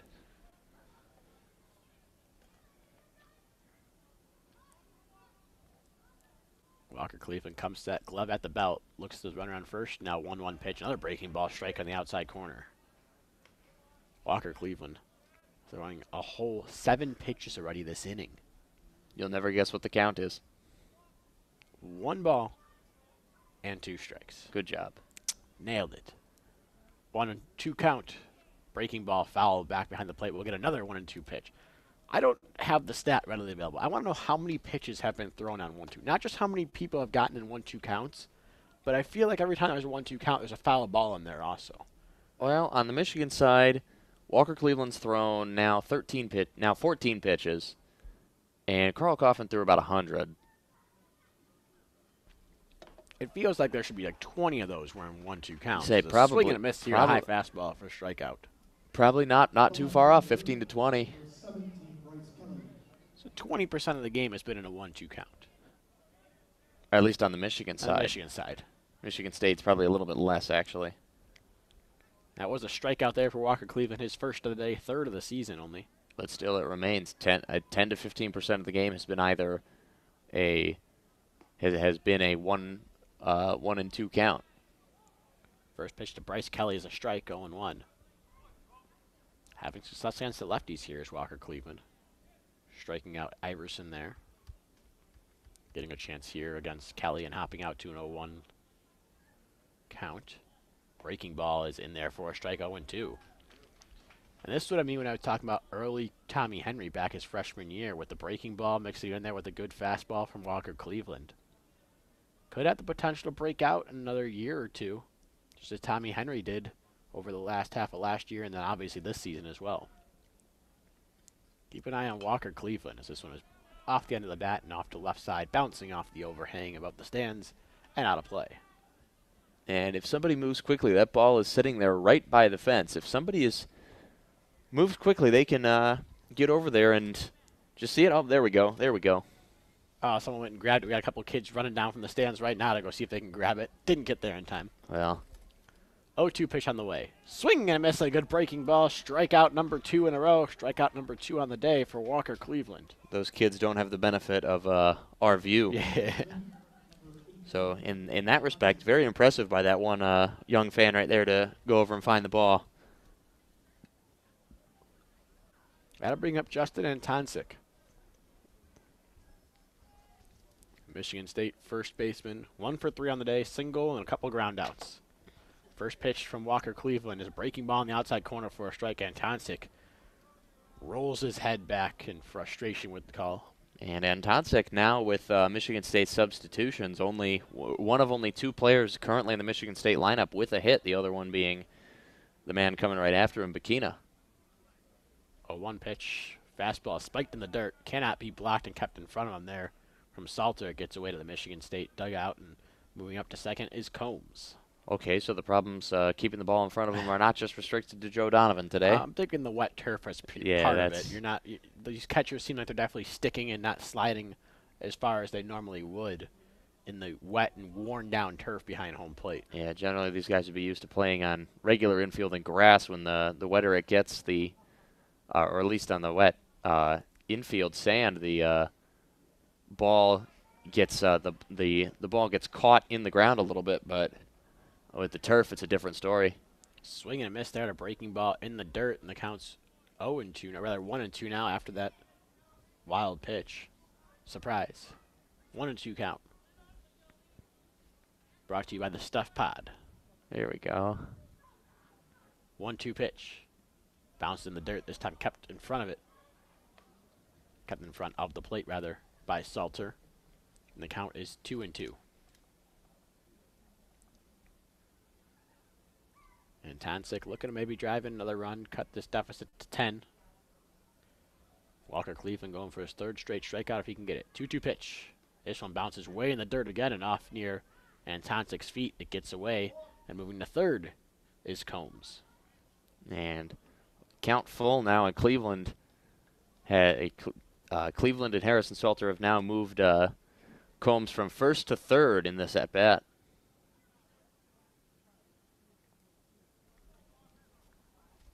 Yeah, Combs really getting around the hard way. Got on base because of the error, moved up to 2nd on a wild pitch, to 3rd on the wild pitch. been pouncing on the mistakes. Very non-traditional. Full count pitch here, breaking ball. Thought about swinging it in Antonsic, but he laid off it as it missed low and in for ball 4. That was just a little bit closer. I think that's a swing and miss out of Antonsic. He was ready and geared up. Had him fooled, I think, and if he didn't have to move his feet to get out of the way, I think he probably takes a hack at it. Yeah, that's the 3rd or 4th pitch inside, and a walk off a 1-2 count is never really a good look, but all those are inside. I think that was really just a strategy by Chris Fetter, and just to have Cleveland try and pound Antonsic inside, trying to induce either the soft contact or the swinging strikeout, but good plate discipline by Antonsic. Yeah, all with the breaking ball there, too. As a first pitch fastball to Bakina, bounces in front of the plate, gets a little bit away from Salter. Not enough for Combs to move up, or not enough for Combs to score, but enough for Antonsic to move up to second base. Count's going to be 1-0 on Marty Bakina. So a lot of pitches being spiked here by Cleveland. Again, I don't know if they're just trying to pound the zone low and he's missing, or maybe not gripping the ball quite right. I don't think the rain has picked back up again. It hasn't. The 1-0 pitch. Bounces in front of the dirt again, and it's 2-0. Might be time for Chris Fetter to go out, maybe see something mechanically that has him spiking the ball in the dirt. Well, I don't see any throwing in the bullpen. No, it's supposed to be Walker Cleveland's time out there on the mound. I can't blame him. It'd be really nice for the Wolverines if he can finish off this inning, maybe get another inning or 2 in him as well. Comes set for the 2-0 to Bakina. Bounces again. This time kept in front by Salter, and it's 3-0. You see no inclination from Chris Fetter or Eric Bakich to make a move. However, Eric Bakich has retreated from his spot on the stair at the dugout. Did get a little bit of stirring in the Michigan bullpen there. Didn't catch exactly who it was. As the 3-0 pitch is hit off the end of the bat. Bakina was so far in front of it, he tipped it off the end of the bat towards the Michigan State dugout. Yes, and 3-1. There is some action in the bullpen there. We see somebody in catcher's gear and a little bit of light toss, but here we go. Here's I believe it was Keaton Caratini that I saw walking over that direction. And Either way, 3-1 pitch here from Walker Cleveland is a breaking ball that misses inside this time, not low. And the toss but is it's ball 4. Toss is getting longer. Looked to me like it could have been Blake Beers. Possible there is we get a mound visit from Chris Fetter. Try to settle down his freshman Walker Cleveland. Bases are now loaded here with 2 gone. After an error started the inning, Cleveland recorded back-to-back strikeouts, but has then recorded back-to-back walks as well. For a contact guy, not exactly the way you'd expect this inning to pan out. Now, and Royce Ando 0 for 2 so far on the day with a strikeout, a walk, and a grounding into a double play. And maybe better for Walker Cleveland's confidence to just attack him. First pitch to him is a strike on the outside corner. Good location there after not being able to find the zone for a bit on the last couple batters. As you mentioned, 0 for 2 officially for Ando with a walk and a run scored. Breaking ball grounded towards third, making a sliding stop over there as Nelson. He throws to second, but in time. Wow, I did not think he got that in time over there, but Akeo Thomas stretched out and grabbed the ball. Yeah, good for play. out number 3. I thought Nelson had made a massive mistake flipping it over to second, and it looked like he got it high, but excellent play by Thomas. Good stretching to get him there. And at first thought, yeah, I thought he beat it out, but that throw got there just in time that it was called out, and now here we are at the 7th inning stretch. Yeah, I think what might have happened there is the slide into second from Bakina. I believe his foot might have been up and hadn't hit the bag until after he was already popping up and standing up, which may have been the cause, or rather the cause for the out call from Stuart Hall over at second base. Either way, inning ends. We're through 6.5 innings of play here. 7th inning stretch ongoing right now. Michigan leads Michigan State by a score of 13-2. You're listening to the official student radio broadcast for Michigan baseball here on WCBN Sports. Thank you for tuning in here for Game 2 of a 3-game series between the Wolverines and the Spartans. A home, and home with Michigan State hosting the first and third games of the series. Michigan getting this middle game. And as expected, Sam Ben-Scooter out there for some more work after pitching only a third of an inning last season. Well, really only like, yeah, all right, he threw 8 pitches. Yeah, Baby Shark playing. Not exactly sure what the cause for it here is, but it looks like there's they're putting Michigan faces on the scoreboard. Maybe, not sure. Can't quite tell. Not just they're just playing a sing along here. In fact, I had never heard this song before like now. Really? Yeah. Big thing. Now looks like they're just playing the music video here. There are some kids in the stands that are enjoying it, it seems like. A couple of them. A couple of those that ran for the foul ball earlier. I do know Elvis Andrus for the Rangers used this his walk-up song this year. Yes, he did. Over last year as well. And then he deposited one in the outfield 2 days ago. He did. A couple of them. He had a couple nice hits a couple days ago. I believe he had a home run in that one too, did he? Yeah. Yes, he did. Hey, it's working for him. Says it reminds him of his newborn son. So, good on him. I do appreciate how he's comparing his son to a shark. I think it's just a kid's song. I don't think he's necessarily comparing it to his kid necessarily to the shark itself. Well, I'd argue for a player like Elvis Andrus, that is a compliment to refer to your son as a shark. Riley Bertram gets in the game here in place of K.O. Thomas and frankly deposits a single into center field. Bertram 1 for 1 on the day. I believe that may be his first career hit, if I'm not mistaken. I don't think that is the case. That is his second career hit. There we go. Second career hit for the freshman Bertram. He's on a 1-0 pitch there. He leads off. He's on first base with Dominic Clementi stepping up to the plate. First pitch to Clementi from Ben Scooter is outside for a ball, 1-0.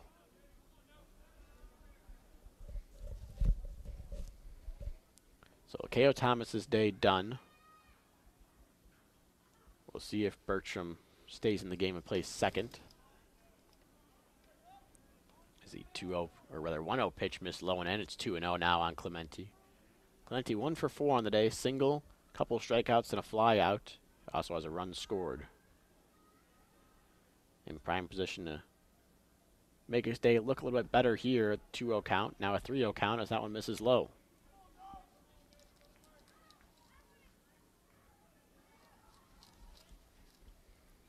Also on the lookout for any more substitutions. We've got a couple already from Michigan, with Salter replacing Donovan and Bertram replacing Thomas. This will be a 4-pitch walk for Clementi as the 3-0 pitch misses low and in. And runners on first and second for Jesse Franklin. Well, this may be a point where Eric Bakich may just look to empty his bench here, and with an 11-run lead, have an opportunity to blood the youngsters a little bit. We did mention that Blake Nelson, the only Wolverine in the starting lineup not to reach base. There's 2 Wolverines that were in the starting lineup that have not gotten a hit yet. And that would be Blake Nelson, and the man at the plate, Jesse Franklin, takes a first pitch strike. Franklin's 0 for 3 officially, with a walk and a run scored. A 1 pitch to him well out in front. Swings and misses, and it's 0-2. Bertram on second, Clementi on first. Nobody gone here in the bottom of the 7th for Michigan. They're up by 11, but for the sake of feeling good about this game, there's a couple of hitters that want to hit a couple more times. Jesse Franklin definitely being one of them as he watches an 0-2 pitch bounce way in front of the plate, 1-2. Surprise, it's 1-2. Brought to you by the Stuff Pod.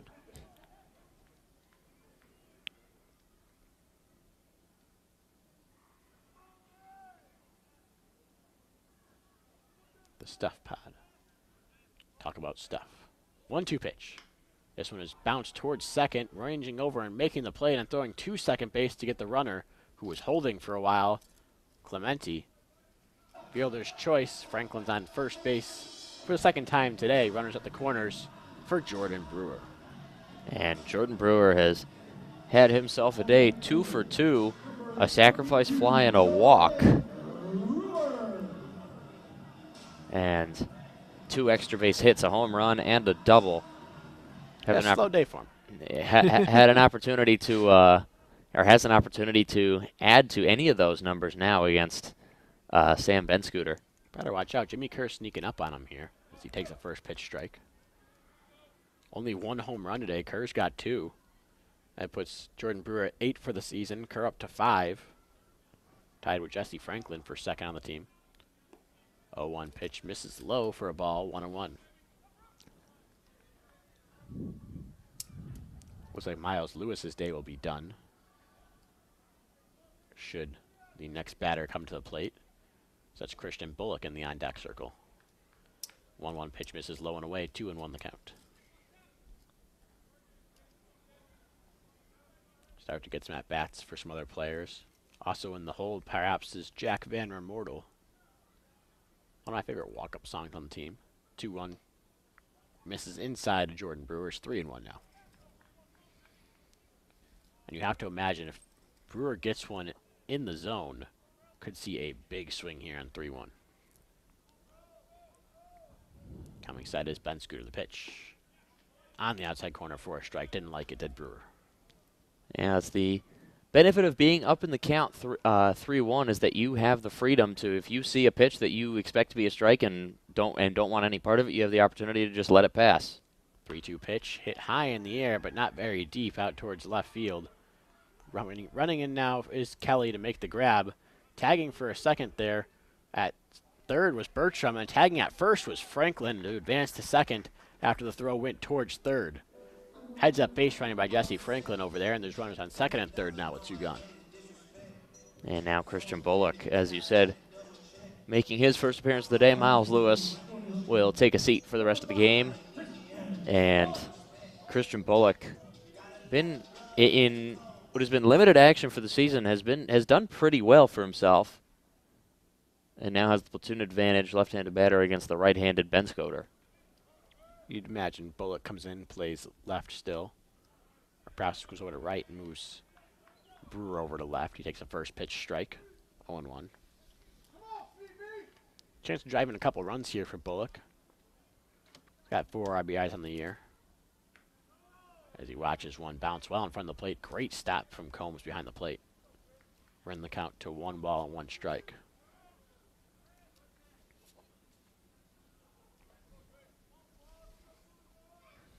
Yeah, Bullock, the problem has been he's got a couple holes in his swing this year. 1-1 pitch misses low, 2-1. Wasn't quite able to figure it out from last season. As you mentioned, still the numbers look all right. 295 on batting average, 373 on base percentage. Couple of doubles in there. He's stolen 7 bases. Yeah, it's about where Bullock was last season, and he was particularly effective on the base paths at the top of the order. If you will remember, Michigan last season able to really wreak havoc on the bases at the top of the order with Akeo Thomas, Christian Bullock, and Jonathan Engelman in that order. Engelman, of course, playing professionally now in the Rockies farm system, I believe. He was that stalwart in the 3-hole as Bullock fouls one off to the screen, and now fouls one off to the left side. The count's 2-2. And it struck the front end of a car as any dents over there? No. It bounced off the asphalt and then off of Yost Ice Arena before striking the front. So a lot of the speed had been taken off, and should be all right. Now as an usher goes over to retrieve the ball. 2-2 pitch missed to Bullock, so it's 3-2 now. Jack Van Remortel on deck instead of Blake Nelson, and now it will be Jack Van Remortel stepping to the plate as Bullock walks on a high pitch, ball 4. Bases loaded for Big Jack.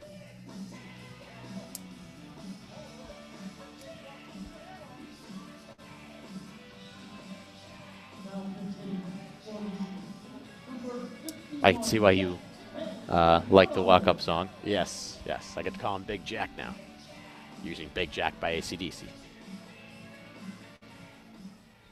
Jack Van Remortel coming to the plate. He is 2 for 9 this season. in his limited playing time. Gotten to play a couple times over the last couple weeks in relief in very similar situations to this. Is a 1-0 pitch. Or rather, the first pitch misses low to bring it to 1-0. 2 for 9, couple walks, couple strikeouts for Big Jack. 1-0 pitch. Check swing on a high pitch. Does not go around. 2-0. Excellent control there by Vandermortel, holding up there. It looked like he wanted to power that one. Put that one over in Alumni Field. Yeah, Vandermortel, 6'1", 220, freshman out of Carmel, Indiana. Has powerful stance on right-handed batter's box. Watches one that looked high, but is called a strike.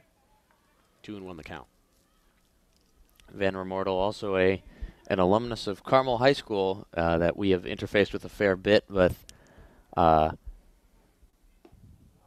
Swing and a miss. Runs count 2-2. Fellow Carmel High School alumni here on this Michigan campus include Michigan women's basketball starting point guard Amy Dilk, also just completed her freshman season for the Wolverines, as well as outgoing senior captain for the Michigan volleyball team, Carly Scott.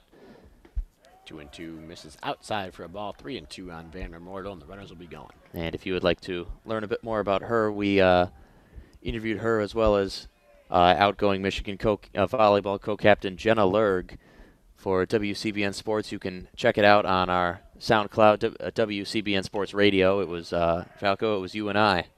Yeah, we both sat in there as one is fouled off by Vandermortel, back behind the plate, out of play. You can check that out. Just search WCBN Sports and Michigan Volleyball or Carly Scott or Jenna Lerg on there. You can find it on YouTube. I believe we uploaded it to YouTube, correct? You able to find it on there? No, I don't believe I have. I'm on SoundCloud. Then as Jack Vandermortel lines one towards center, Shimaleski went back and now comes in a couple of steps, makes the grab for out number 3. But that reminds me, I've meant to do that for a while now and haven't done it yet. We'll put that up soon, so keep an eye out for that. You can also listen to it on SoundCloud, as we mentioned. So Michigan, despite loading the bases up there with 2 gone, does not score in the 7th inning. And we're through 7 innings to play with Michigan still leading Michigan State by a score of 13-2. You're listening to the official student radio broadcast for Michigan baseball here on WCBN Sports. And now as we stand, it looks like Walker Cleveland's day is done as he's gotten his 2 innings, and it is Blake Beers will come out to pitch this 8th inning. Maybe see how many innings they give him. Of course, he's got quite the cushion, 11 runs. It makes it a little bit easier when you don't have to worry about serving one up. See the defensive alignment for Michigan in a second here. Looks like Jack Vandermortel will go to third, replacing Nelson straight up, as well as Christian Bullock going out to left, replacing Miles Lewis straight up.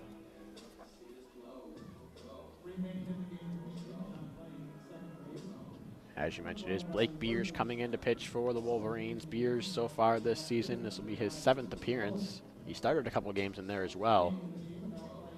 He is 0-1 with a 10.24 ERA and 9 2/3 of innings worth of work. Walked 4, struck out 4. Batters hitting the ball hard against him. 366 average against, 5 doubles and a homer given up. Trying to limit the hard contact is the key for Beers. Yeah, not a great season so far for Blake Beers, but looks pretty good in the midweek in a fairly low leverage situation. But that game was still obtainable by the Spartans. But good job by Blake Beers to shut those Spartans down. See how he does against these Spartans. He was part of one of Michigan's shutouts this season. Had a couple. The only Michigan player to go all the way with the shutout is, of course, Tommy Henry. The other one's been cobbled together by some arms, including Blake Beers. Beers, the sophomore out of Manhattan Beach, California. 6'4", 215 out there, the right-hander. He'll face Dan Shimaleski to start off this at-bat. Righty to lefty to begin the inning. Sophomore versus senior. Winding up his Beers in the pitch. Fouled off of Salter behind the plate. Bounces away. That's going to be strike 1. So apparently it doesn't matter who's back there. You're still going to get beat up a little bit. Well, sometimes there's not a whole lot you can do. Michigan has fielded a handful of hard-throwing arms today. Well, I'd say 2 of the 3. Walker Cleveland not really known for his velocity, but Carl Kaufman throwing hard and Blake Beers absolutely throwing hard. 0-1 pitch. Skips past Salter behind the plate. Counts 1-1 on that low pitch. Yeah, Michigan State unable to make a ton of hard contact today. Just 4 hits overall. A couple of those were a blooper and a soft ground ball that got through. 1-1 pitch from Beers.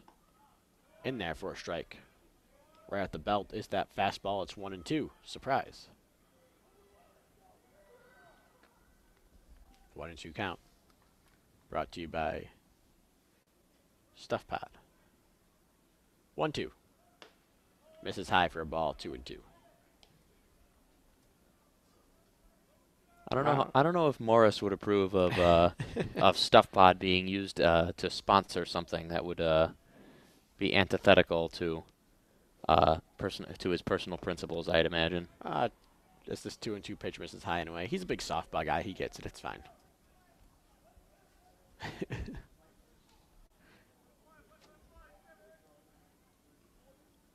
Beers in danger of losing Shimilevsky here. Was 1-2, now 3-2 the pitch. This one is fouled off to the left side. That'll get up and out of play. Count will remain full. Oh, a couple people running for that foul ball. Bounces off one of the gates over here. Stays inside the stadium premises. Well, one of them fell out a little bit, but I think he had his hand on the fence, so he stayed up. Kept kept one part of him inside. 3-2. This one bounced in the dirt. Ball 4. Shimilevsky starts off with a leadoff walk here in the 8th, trying to salvage this day from Michigan State. He's on base for the first time after starting 0 for 3. And I don't think they don't keep stats this comprehensive at the college game, but it'd be interesting to find out how many Michigan State players have drawn walks after falling behind 1 and 2. Yeah, we have to go and find some advanced stats. We'll talk to the Michigan baseball team about getting all these advanced stats so we can use them on the broadcast here. I'm sure they'll be really forthcoming about all their stats that they use. Well, I do think secrets. Well, I do think we know 1 or 2 people on the inside. Maybe I'm going to get that arranged. As Bailey Peterson will be the pinch hitter here for Reese Trahey. He takes the first pitch strike. And really now both teams trying to empty their benches. Really just trying to get experience for everybody. The outcome of this game all but decided.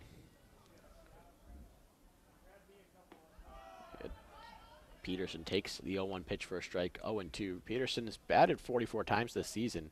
Got 10 hits in there for a .227 average. .358 on base percentage thanks to 9 walks in there as well. He has a triple and a stolen base. He's down the count 0-2 to Blake Beers, though. The pitch, fastball, thought about swinging, but it missed outside. And the count, of course, is 1-2. 1-2 count. Brought to you by East of the Rockies. We'll throw him a bone over there. If you like some softball talk, tune in. 1-2 pitch now from Beers. This one bounces low in the dirt, brings the count to 2-2.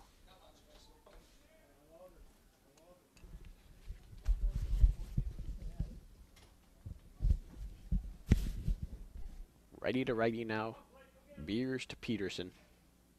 Runner on first is Peter On, who was actually pinch hitting for Shimilevsky. Got that correction a little bit late here. 2-2 pitch misses low in the dirt. And the count is full yet again. So Beers against On last at bat. Had a 1-2 count go full and then walked him. And now here against Peterson, he was 0-2 and is now 3-2. And the precipitation here picking up again. Not heavy at all, but the light drizzle is back. Beers comes set. 3-2 pitch. Called! Strike 3. Peterson set down looking on strikes.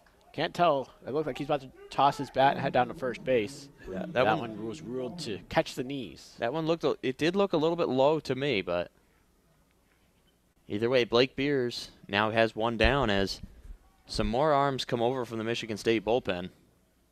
Ben Scooter may not pitch the 8th. Zade Walker now gets his second at-bat of the day. He fouled out to first to end the 6th inning. Takes a first pitch strike, 0-1. That was against Walker Cleveland. It's his first look at Beers, as it is with everyone coming up this inning.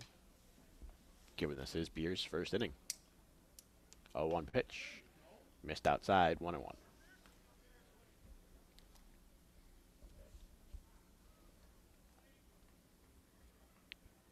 Walker, again, another guy that's came in, playing right field now. Good amount of playing time on the year, 68 at-bats. He watches a 1-1 pitch, missed just low. Thought about swinging, held up. Count goes to 2-1.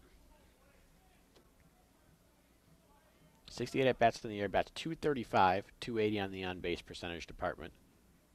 4 doubles and a homer to go along with those. 2-1 pitch. Missed outside, 3-1.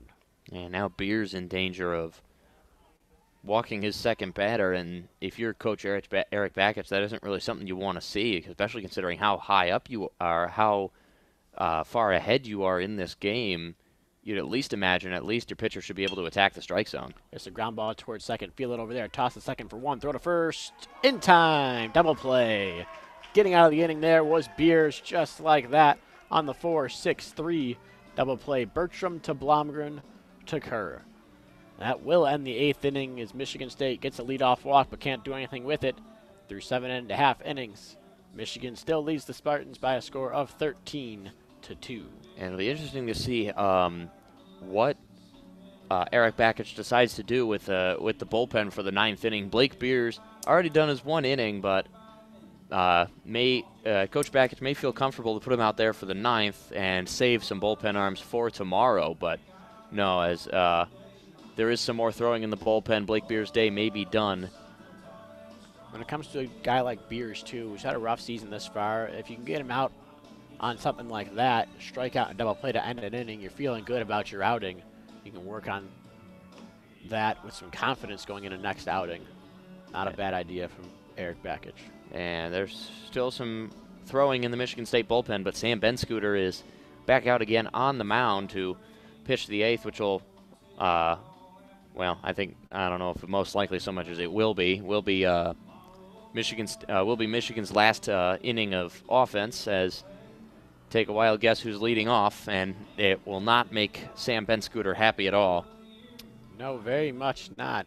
It'll be Jimmy Kerr, red hot Jimmy Kerr, 4 for 4 on the day, 4 extra base hits, including 2 home runs and 2 doubles, 5 RBIs, 3 runs scored. I'd imagine Jimmy Kerr might not even finish this game in the field, but he is definitely getting his one more at bat. Absolutely. He's more than earned that right. No way he lets head coach Eric Bakich take him out of the game before this one. And now Jack Blomgren's day is done too, as looks like Matthew Schmidt is in the on-deck circle in his stead. It looks like that'll be the switch coming up after Kerr. Jimmy Kerr has had at least 1 RBI on all 4 of his at-bats today. Well, he's doing with the bases empty here, so you know what that means. If he wants another RBI, got to put another one over the fence. So you got to go over the fence. Can't do it with this first pitch that bounces low in the dirt. 1-0. And the Kerr family has presented themselves yet again. 1-0. Off-speed pitch catches the outside corner for a strike, 1-1. They've had a lot to cheer about, though. This was interesting to think about. Jimmy Kerr is from Scottsdale, Arizona. Weather is much nicer there than it is here. 1-1 pitch, misses low, 2-1 the count. I mean, worth noting, Jimmy Kerr also a Michigan legacy, if I'm not mistaken here. Grandfather and father both played baseball here. 2-1 pitch, swung on and missed. He was going for another home run there as he was way out in front of it and got a piece of it, rather. The count's 2-2. This is Kerr's first look at Benscooter. Hit a couple home runs and a double off the starter Tyransky. This one he grounds through the right side into right field for a base hit. That's a 5-for-5 day for Jimmy Kerr. And Michigan's got a bat around now, so he gets a chance for a cycle. He gets to try and hit that triple.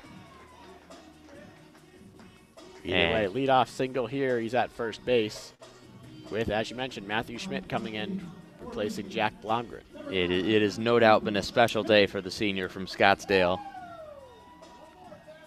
playing his second to last home game against Michigan State. Yeah. Got to make all these opportunities count to beat up on your rival. That's how it works. Well, he has more than done his part. They could just use his RBIs, and they would still be winning the game. Yeah, it's Jimmy Kerr 5, Michigan State 2, the rest of Michigan 8.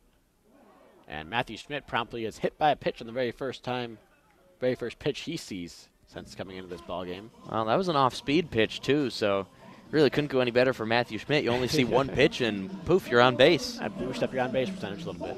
Your I'm shoulder. sure he would have liked to do a little more damage, but hey, not bad. Shoulder might sting a little bit, but hey, you got a free base, and you didn't. And again, you didn't even have to endure getting hit with a fastball.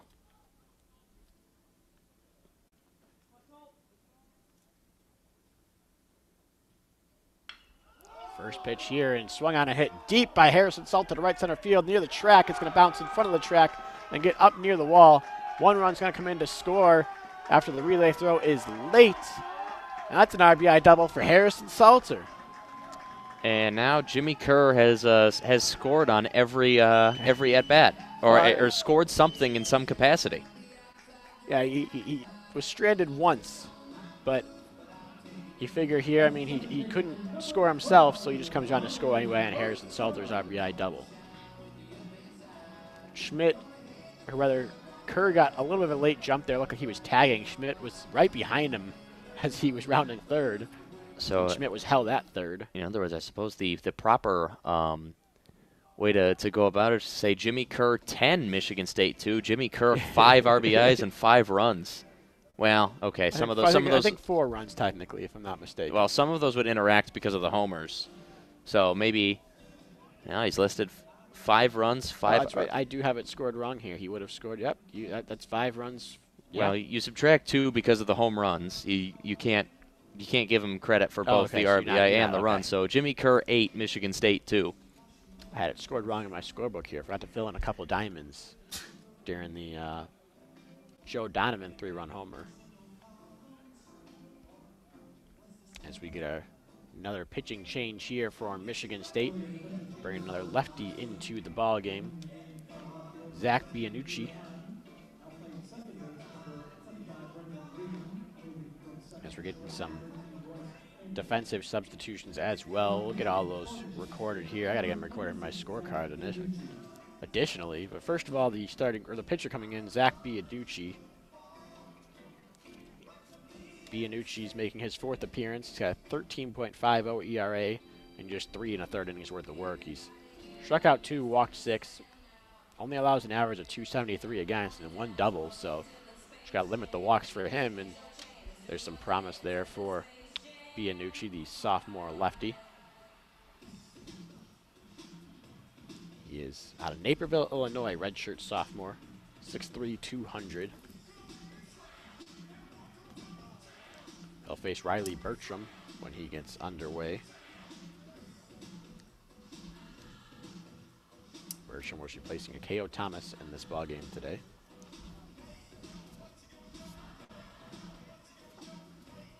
Let's try to sort out all these defensive substitutions now. Yeah, now there is some more throwing in the Michigan bullpen. Blake Beers looks like will not pitch the 9th, but can't see who it is as he has not even taken off his jacket there in the bullpen.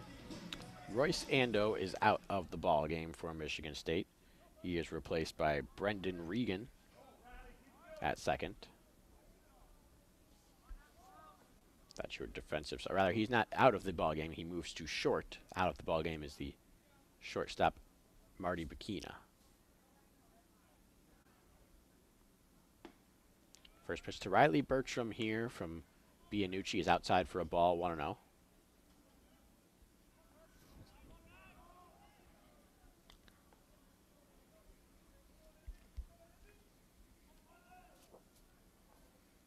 Bertram singled on the second pitch of his first at-bat of the game last inning. He takes a strike here on the outside corner to even the count up at 1 ball and 1 strike.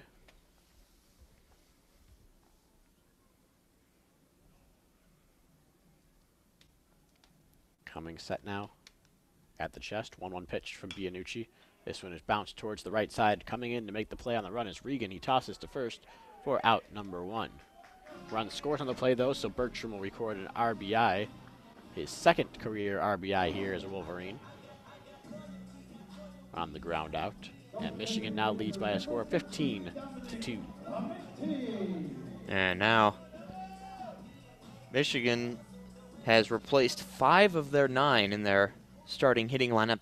The 4 that are left are Clementi, Franklin, Brewer, and Kerr.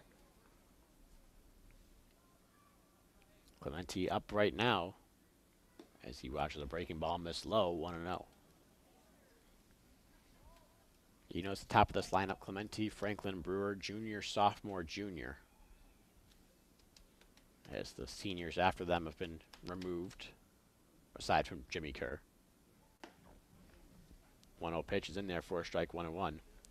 Perhaps head coach Eric Backett trying to get these guys that are going to be around for next season as much time at the plate as possible, really get them dialed in. Every at-bat is just them getting better. So Michigan Baseball likes to work at it. They like to just work on improvement on every single day. I've talked to head coach Eric Backett about it before. Is the 1-1 pitch is a strike, 1-2. As the precipitation getting a little bit more intense here. It looks almost like a mist. There's a 1-2 pitch swung on and missed on the breaking ball in the dirt for strike 3. Clementi has a hat trick as well on 6 at-bats. He'll trot back to the dugout and make way for Jesse Franklin. With 2 gone here in the inning, runner on third base. Jesse Franklin looking to finally get in the hit column. Well, 0 for 4 on the day with a walk. Well, you never want to. It's 2 outs now. You never want to be the last batter for a team in a game, and Jesse Franklin staring down the barrel of potentially being just that, unless he gets on base. Should he get on base, it'll be Jordan Brewer again. First pitch breaking ball from Bianucci misses well in front of the plate. Franklin thought about it, but held off 1-0. Bianucci's got a good breaking ball here. He used it against Clementi to get the strikeout. It's a big looping curveball, unlike the slider we saw out of his predecessors, like Panaranto. This one misses on the outside part of the plate, bounces in the dirt, bounces away from Combs, but bounced towards that third base side, so Salter was chased back to the bag. And the count's 2-0 now. Ahead in the count, Jesse Franklin a chance to maybe do some damage, get in that hit column. When only 2 Wolverine starters without a hit, and Blake Nelson out of the ball game, so up to Jesse Franklin. 2-0. This one is lined up the middle for a base hit. Almost hit Bianucci, but it will stand as an RBI single for Jesse Franklin. Just as I was saying, he needed to get in the hit column. He does so and makes this ball game 16-2. All right, so Jesse Franklin will not be the last batter in this game for Michigan. It may instead be Jordan Brewer. Jordan Brewer, who scored the first run for Michigan and drove in the first run for Michigan back in the first inning with a solo home run over the left center field wall. Has since had a sacrifice fly, a double, a walk, scored 3 runs in total, and flown out as he watches one bounce in the dirt for the first pitch ball. If you're Jordan Brewer here, are you thinking do some damage? Are you just trying to maybe say, hey, I want to put together a productive at bat, watch some pitches, or are you just going up there to hack? At this point, I'd probably just swing for the fences. That one bounced off the ground and then off of Brewer's bat, or that just looked like a foul ball off Brewer's bat. Okay. Yeah, that was another one where he checked the swing, tried to hold up, and then caught it off the hilt. Counts 1-1 now after that foul ball.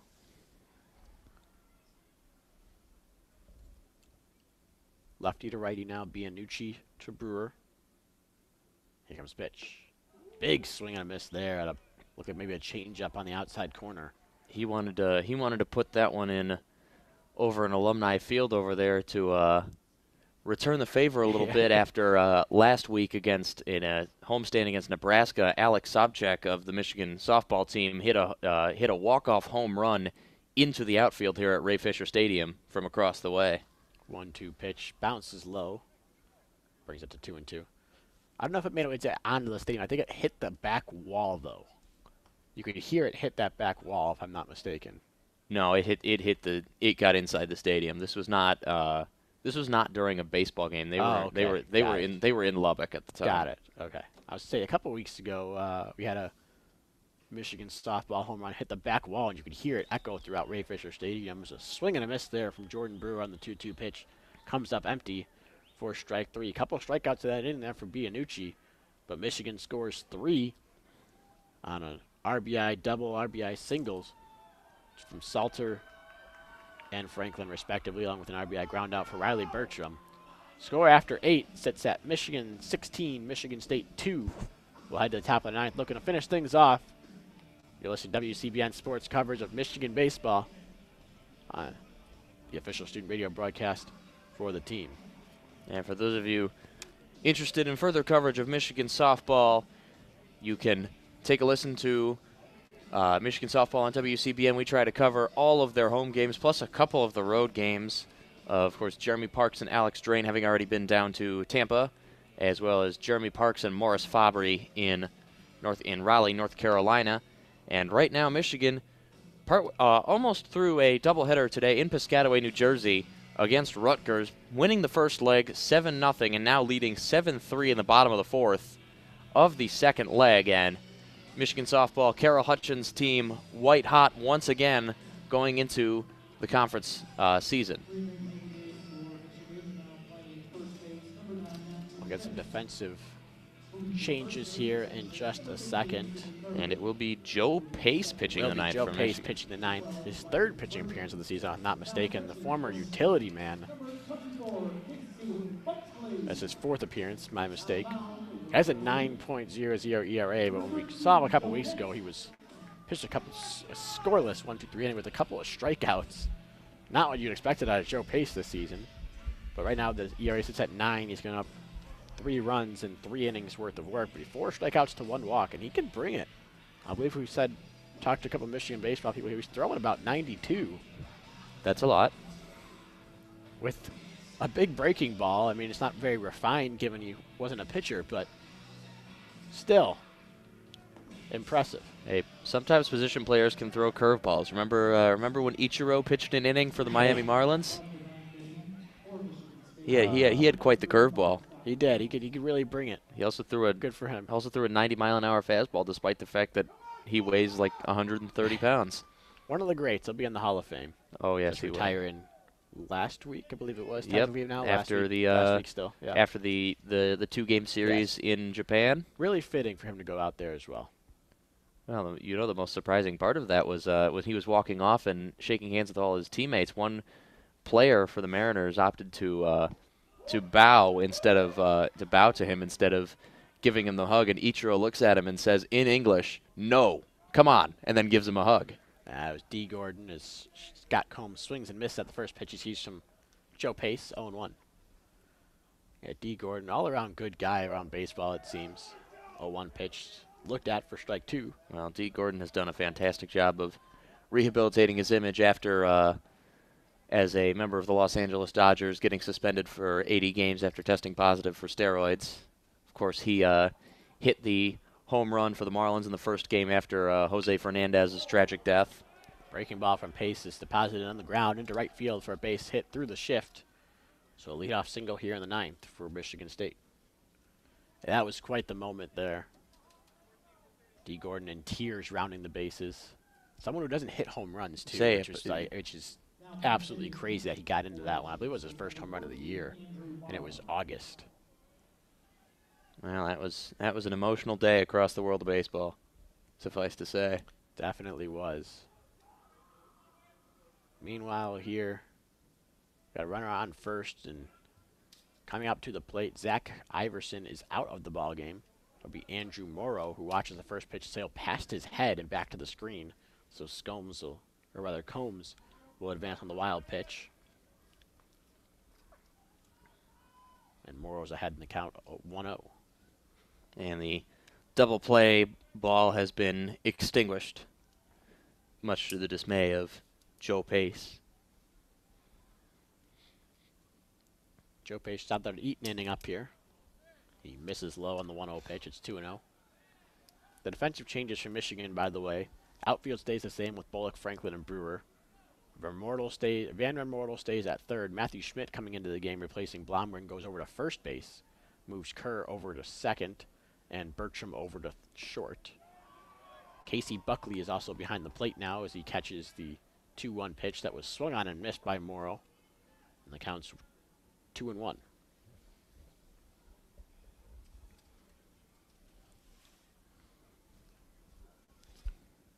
Joe Pace with the best mustache on the team, according to Tommy Henry. Is a swing and a miss there. Well, you can see it from here. It's something. I think it's a unanimous choice too. Tommy Henry's just the one that said it yesterday in the interview after his outing, after saying he himself couldn't grow one. Which, to be honest, he needs some work there. Can't quite get that nice and luscious stash going like Joe Pace can. Well, 2-2 pitch. Coach Bakich had a pretty good one in the midweek. I think he still has it. He does. I'm sure he does. I believe they're going throughout the month for this. And there you see, really something interesting with that the way they use Blake Beers is that he warms up, he comes in and pitches, and then he goes back to the bullpen and really has throws a cool down session. Very unusual among pitchers. 3-2 pitch foul off to the right side out of play. As most will, once they walk off the mound, they will go sit in a corner in the dugout. But Blake Beers stays pretty active even after his day is done. I'd be curious to know if that's a personal preference or if that's something the coaching staff has been working with him just to get a little more time in with him. As a 3-2 pitch, went around for strike 3 on the check swing. I think that was the right call here. As Joe Pace gets the strikeout here, first out of the 9th inning. And they've been in a lot of situations like that all game, Michigan State, and this is really the first time where Andre Lanois has opted for the called strike 3 instead of the walk. He appealed down over to first base there to Mike Fitcher, who made the official call, but I do think he definitely went around. I do as well. Yeah, the first time since I think the first inning, I think Clementi maybe, as this one's fouled off the glove of Buckley behind the plate, and counts 0-1 on Joe Stewart, replacing Bryce Kelly. Now only two starters left in the Michigan State lineup officially. And one of them on the on-deck circle in Antonsic. Stewart watches the 0-1 pitch missed low. Counts 1-1.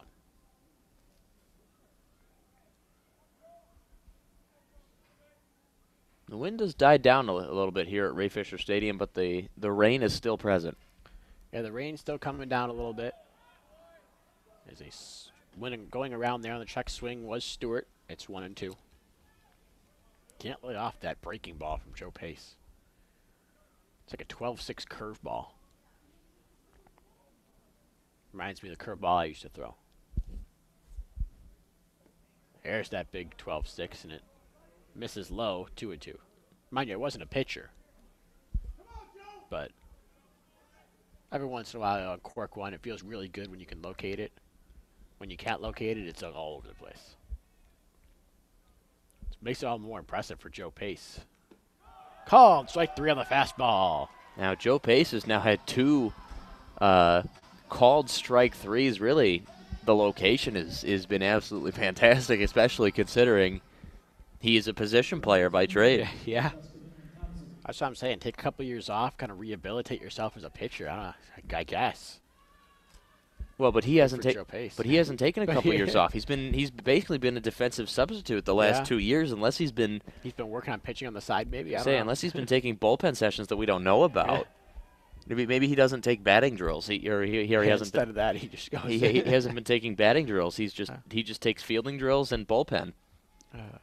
First pitch to Antonsic was in the dirt for ball 1. We'll have to get Coach Bakich in front of us someday and ask him about that. Yeah, ask him what Joe Pace has been doing. 1-0 pitch swung on and missed. Right past Antonsic with the fastball. Pace really a 2-pitch pitcher, fastball, curveball. Perfect out of the bullpen.